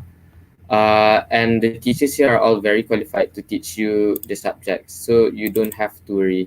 Like I'm sure all of you, since you guys are 6 years kat sekolah rendah, you guys are very attached to your current teachers and they have cared for you so much these past 6 years. Well, I would like to say from experience that the teachers here in KYS are the best. They will also take care of you and make sure that you understand the syllabus and make sure that you're not left behind. So kalau adik-adik masuk KYS nanti, if there's anything you don't understand about the syllabus, you can just ask your teachers and don't be afraid. And then in the syllabus, there's a few special things. For example, in your Form 2 or Form 1, Reka Bentuk Teknologi syllabus, there's a topic which is Reka Bentuk Makanan, where you will have to cook. So in KYS, we have our very own cooking room for the students to learn this topic. And you can see here there's pictures of our students taking the cooking class. And besides that, we also have a lot of different science labs, as mentioned just now, for students to carry out the experiments that are in the science syllabus. And then one more additional class we have is guidance program. So guidance program, I'm sure adik-adik semua tak pernah hear of this word before, but I think tadi Madam Sitino ada explain a bit about this guidance program. So guidance program is basically like a counseling class. It's taught by the counselors in KYS, and what you learn in this is like you learn things about like proper attitude, dining etiquette for formal dining, and you'll also get to learn about different personality types. And later you like take a quiz to find out your own personality type, and nanti the counselors will help guide you about which is the best subject for you to take in Form 4 and which is your best career pathway and career choice after you leave QIS. Moving on, besides the regular SPM syllabus in the KSSM, we also teach value-added subjects here in QIS, which include the art classes, music class, computer programming, and the guidance program that I have already explained about just now. So the art classes is kind of explained already just now in the facilities part, where students will learn a lot of different things such as painting, drawing, and also embroidery. And then next we have the music class. So for the music class, nanti bila if adik-adik decide to enroll for KYS in Form 1 at the beginning of the year, you'll be able to choose your very own instrument of choice. So like there's really a huge choice of instruments, such as violin, cello, and wind instruments such as trumpet and flute semua.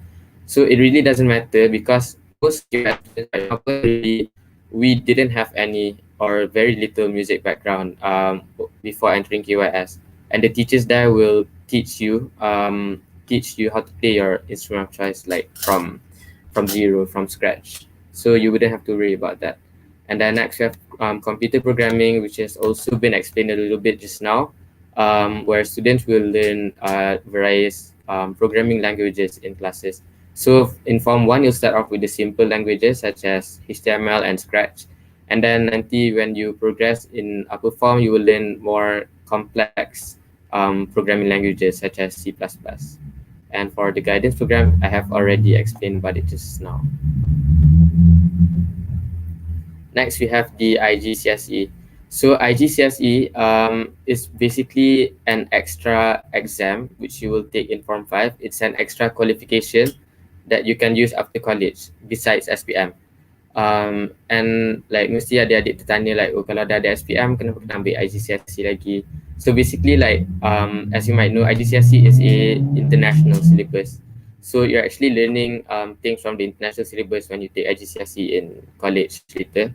So like adik-adik yang masuk KYS mesti semua like bercita-cita tinggi nak study overseas after you graduate from KYS. So if you take IGCSE, and it will really help you as you'll have a bit of experience in the international syllabus, so you won't be that lost or confused later in university. Next, we'll see what one of our IGCSE candidates this year, Munir Zarian, has to say. So he says that IGCSE was a real roller coaster during our time due to certain unavoidable circumstances. Although it seemed unnecessary to be held at that time, I realized that the journey itself was necessary for every KYS student. Truly, the new syllabus was like a maze, but understand that you're learning an international syllabus. Not every Tom, Dick, and Harry can handle that. Plus, you'll be very proud of the bragging rights you'll have. You'll get to see like, oh, I've conquered both the Malaysian syllabus and also the international syllabus. Yeah, so that's a plus if you take IGCSE. Moving on, we have the academic related competitions. Firstly, we have the Union Nights, which are a KYS competition that's held inside KYS amongst KYS students. So these Union Nights are held by the various clubs and societies in KYS, and it's held inter-house. So the houses study, the three houses too, Razak, Rahman, and Hussein, they'll be sending representatives for each competition to compete and see like who's the better house. So there's really a lot of different Union Nights held throughout the year. Like for example, there's the English Language Society. They hold drama night, which is an acting competition, and also choral speaking. And there's also like quizzes, like science and maths quiz from the Science and Maths Society. Tapi kalau adik-adik macam like someone said just now, tak berapa fasih bahasa Inggeris ke apa, it's okay because we have our Persatuan Bahasa Melayu, and they hold the Malam Bintang Legenda, which is an acting performance explained just now. And there's also Citrasari, which is a tandingan tarian traditional. Next, we have more different competitions still held inside college only, such as Codex, which has been explained a little bit just now also, where you apply what you have learned during your computer programming class to come up with a project to solve the problems related to STEAM that Christina had mentioned just now. And then we have a few occasional competitions, such as during Bulan Kemerdekaan, they have like debat sejarah, and they also have different more exciting competitions. Like last year, the Form Force had their choir competition where you guys will sing different patriotic songs among classes. And lastly, in the academic related competitions, we have the competitions held outside QS. So these are only a few examples of the competitions that QS sends their students to participate in. But yeah, these few examples include MUN, Model United Nations, World Scholars Cup, and the Doodle Challenge. So these academic related competitions, kalau adik-adik nanti decide to masuk QS, I would really encourage you guys to masuk, especially WSC ni. Because you guys mesti fikir macam, oh ni academic related, nanti masuk competition ni kena banyak belajar lah semua. But like I can tell from experience that these competitions are really fun. Like kalau you guys masuk nanti, for example WSC, if you lepas the regional stage and you get through to the global stage where you will represent Malaysia, like in 2018, me and Aftab got through to the global stage where we went to Melbourne. So it was really fun because the teachers will accompany you, and then even though it's an academic related competition, you won't be spending your entire time there studying. Like for example, in Melbourne, the first few days kita orang ada jalan-jalan, like explore the place, you know, explore the city, try all the different foods. Yeah, so it's really fun as you'll get this fun experience, but then you also get to improve your academics on the other hand, and also get COCO points. Yeah. And next we have a few words from another student who participated in the World Scholars Cup in 2018. Aina Batrisha. She says that WSC was super fun because I got to meet and connect with people from around the world. Besides that, I got to dive deeper into many unknown subjects, including social studies, art and music, literature, and many more. WSC has also definitely made me gain confidence through writing and debate rounds. Though it was tough, my team and I managed to pull through by becoming one of the top teams for writing and secured some individual medals for debate. I wouldn't trade the experience for anything else because WSC has unleashed my inner potential. Yeah, so I forgot to mention this now, but basically in WSC, it's basically an English language competition where you have a lot of different events, such as writing, essay writing, and also have like debate competitions and also quizzes based on different topics. Yeah. And lastly, we have online classes. So just like all the other schools in Malaysia, since we're currently in the middle of the pandemic, and we have to jalankan PDPR from home. So KYS, we use a lot of different platforms such as Zoom and Google Meet to proceed with our studies through these online classes. And here, our very own Form 5 batch leader, Syafiq Akmal, she says that saya berpendapat bahawa sesi pengajaran dan pembelajaran di rumah yang dilaksanakan pihak KYS amatlah luar biasa. Saya mendapati bahawa cara penyampaian input yang unik daripada para guru memainkan peranan yang penting sepanjang PDPR. Malah, batch Invictus juga telah mengambil inisiatif tersendiri dengan menjalankan program seperti Mentor Mentee dalam usaha menambah baik keberkesanan proses pembelajaran kami sepanjang berada di rumah. So yeah, as you can see from all of these different student quotes and student experiences, you can see that KYS is a really good school, and we have all the right facilities, all the right teachers for you, so you wouldn't have to worry about much if you decide to enroll here later. And then we have a question from Eldridge Ko. He asks, how do you manage your time between sports and academics? Yeah, so that's one of a very big component in QIS, not only between sports and academics, but because you'll be involved in a lot of different extracurricular activities like clubs and societies, and then your own academics, and then your sports. So yeah, one of the ways you can manage your time is, like I said, it's not really guna prep time tu betul-betul. Sebab your other times will be occupied by sports, by classes, by like competition semua. So that prep time you kena betul-betul ambil and just go through balik everything that you learned during class and complete your homeworks yang cikgu bagi. Yeah, so that will be all for the academics part, and that will also be all from us, the student representatives. Now, students sit back, relax, and enjoy a video prepared by our National Science Competition participants.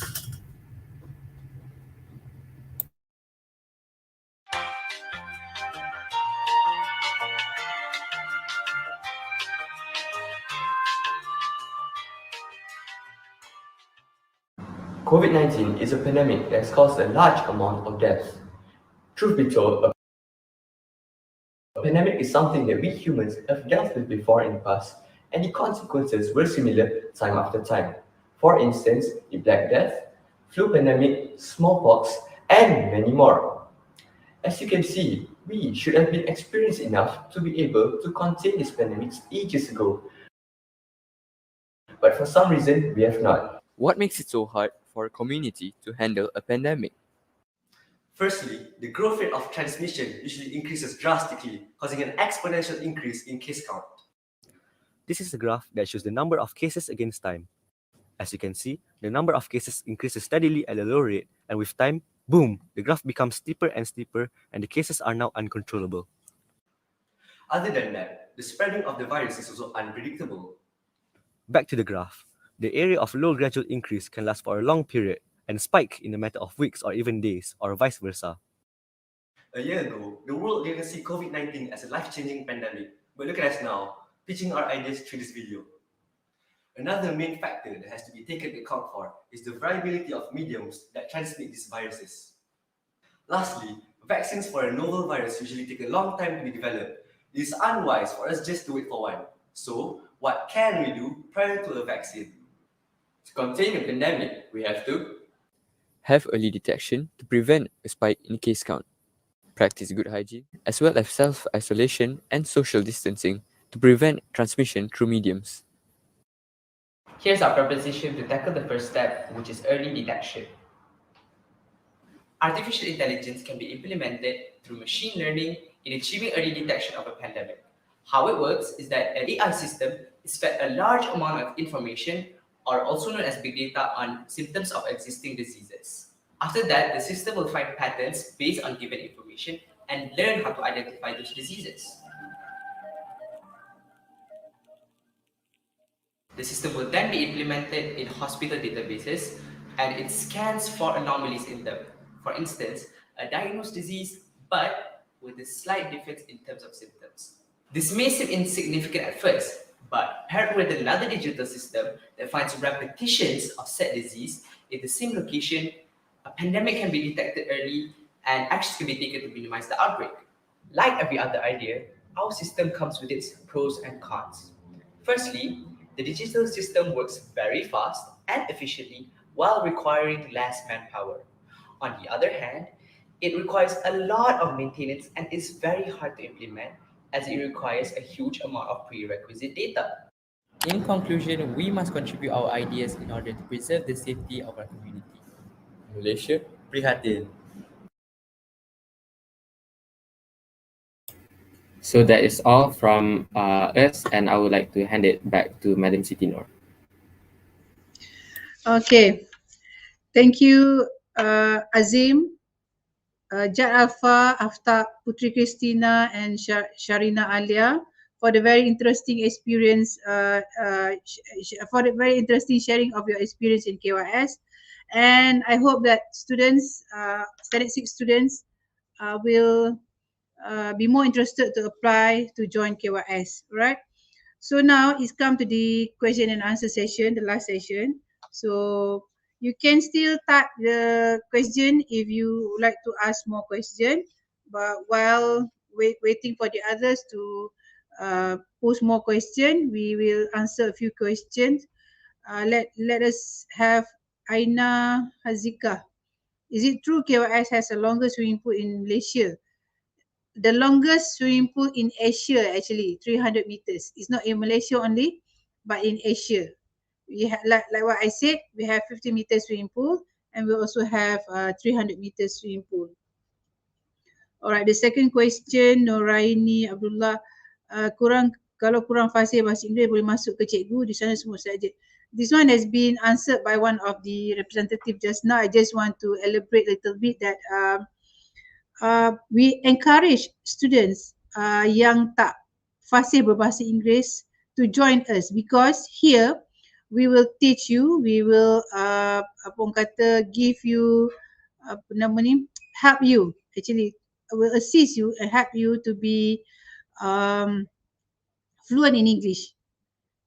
That's why KYS sebenarnya bukan hanya menerima pelajar yang dah fasih saja berbahasa Inggeris, but those yang kurang fasih berbahasa Inggeris ataupun agak lemah dalam bahasa Inggeris, we encourage you because we want to help you, we want to educate you, we want to teach you to be more confident to use English in your daily life.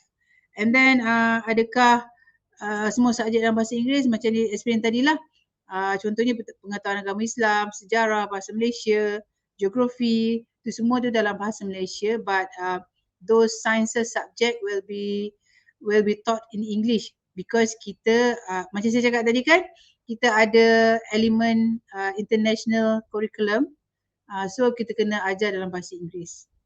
It is good actually, sebab bahasa Inggeris bahasa yang diterima pakai di dunia. Okay, the next question, Hanif, how many students in one batch? I rasa ada yang jawab dekan tadi kan, and I also mentioned we have 150 students per batch actually. Okay, alright. The next question, Nurul Amzad. Is the music studio accessible to all students at any time, especially weekend? Maybe Jad can answer because you are in the orchestra. You are the favorite students in orchestra, right? So Jad can answer this. Yeah. So the music studio is accessible on weekdays and usually Saturday on. So Saturday on is usually hari Sabtu yang like tak ada public holidays ke apa-apa, but usually Sundays is really not open. So yeah, Monday to Friday and then also Saturday. Yeah, thank you Jad. And also selalunya kelas muzik ni ada juga di sebelah malam, akan dibuat di sebelah malam, so pelajar boleh akses kepada music studio di sebelah malam juga. Alright, the next question from Nurul MZ juga, do you have extra languages as a subject in KYS, i.e. French, Arabic, Japanese? Yeah, we have Mandarin. We have Mandarin classes, I forgot to explain about the Mandarin program that we have here. Is a Mandarin subject is compulsory for Form 1 to 3, Form 1, Form 2 and Form 3 students. They have to take we have a collaboration with University Malaya, Konzi Institute University Malaya, whereby students need to take HSK examination. HSK examination ni equivalent to MUET lah kalau di Malaysia. MUET yang mana nak masuk universiti kena ada ambil MUET. HSK ni for them to enroll into the China University di China lah. So kita ada program Mandarin, and then coming soon we are in the midst of what we call that discussion with a French embassy, kedutaan Perancis, untuk mengadakan program French language dan juga a few other programs yang berkaitan dengan French di College Yayasan Saad. We are in the discussion, kata sedang berjalan sekarang ni. A few discussion has been made, and I hope insyaAllah by next year this program kita boleh mulakan. But for Japanese and Arabic tu kita memang tak ada lagi lah buat masa ni. But we have a program with a Japanese school actually. Okay, next question. Faris Aryan bin Faizul. Okay. Hi, my name is Aryan. Do you mind to share a little bit about, okay, fancy and golf? Okay, just now I've been answered by Aftab, right? But just to elaborate a little bit on the golf, actually kita ada students yang we don't have golf course di dalam College Hasan Saad, but students yang interested to play golf, we will accommodate you dengan we will bring you to the golf course, the nearest golf course di Melaka for you to practice, and kalau possible we'll find a coach, suitable coach for you kalau you really want to excel further in the golf lah. Alright, so next question maybe. Alicia Safia, just want to ask if I want to continue my taekwondo. Oh, dah jawab tadi kan. So taekwondo ni kalau you join, you dah ada what belt lah, black belt ke apa belt ke, you dah ada. So just continue on from that. Yeah, you just continue on from that, no problem. Any more questions? Adrich, how do you manage your time between sports and academic? Okay, maybe one of the students can answer this because they are the one who manage the time, right? Okay, one of you maybe want to answer? Putri Christina, can you answer this? Or Aftab, you want to, maybe please, okay, one of you. For me, what I do is whenever I have any time of free time or anything, I try to do my homework. And yeah, what Jad said just now, I make full use of whatever prep time that we get. For example, like on Saturday mornings and all, I finish up my homework, and also after supper, I do a little bit of studying. Yeah. Okay. Okay. Thank you, Christina. Anyone? Any more want to elaborate on this? Azim, maybe? Saya pun melalui experience yang sama juga. Jadi kalau apa-apa pun, academic is first. So prioritize it when you have prep. Jangan main masa prep, and always focus and stay on the correct path. Yeah, itu je. Thank you, Azim. Any more? Okay, anyway, thank you. The most important part is how you prioritize your time. Okay, untuk apa? But you have to be active. Maksudnya jangan buang masa lah untuk benda-benda yang tak sepatutnya you buat. Okay, alright. Next question. Okay, teacher, kalau lemah bahasa Malaysia, apakah cara terbaik? I'm not a teacher actually. Okay. Macam ni. I don't know what do you mean by kalau lemah bahasa Malaysia. Kalau maksudnya you sendiri sekarang ni lemah bahasa Malaysia, maybe you have to read a lot lah and also support class. But kalau you maksudkan Soalan itu you bertanya tentang kalau di KYS ada students yang lemah dalam bahasa Malaysia, apa yang kita buat ialah we will give you support. Because di KYS ni kita mengutamakan personalization of education whereby every students tu adalah important to us. So mana-mana student yang lemah tu kita akan bagi dia more support classes untuk students tersebut. But kalau you bertanya berkaitan dengan sekarang, I mean you as a standard 6 students, you have problem with BM and so on, maybe you have to read a lot. You have to find a tutor or whatsoever to help you to improve on your Bahasa Malaysia. Alright. Next, Selvam Masila. Do KYS have Nilam program? Yes, we have Nilam program actually. We have Nilam program. Alright. Is there any more question?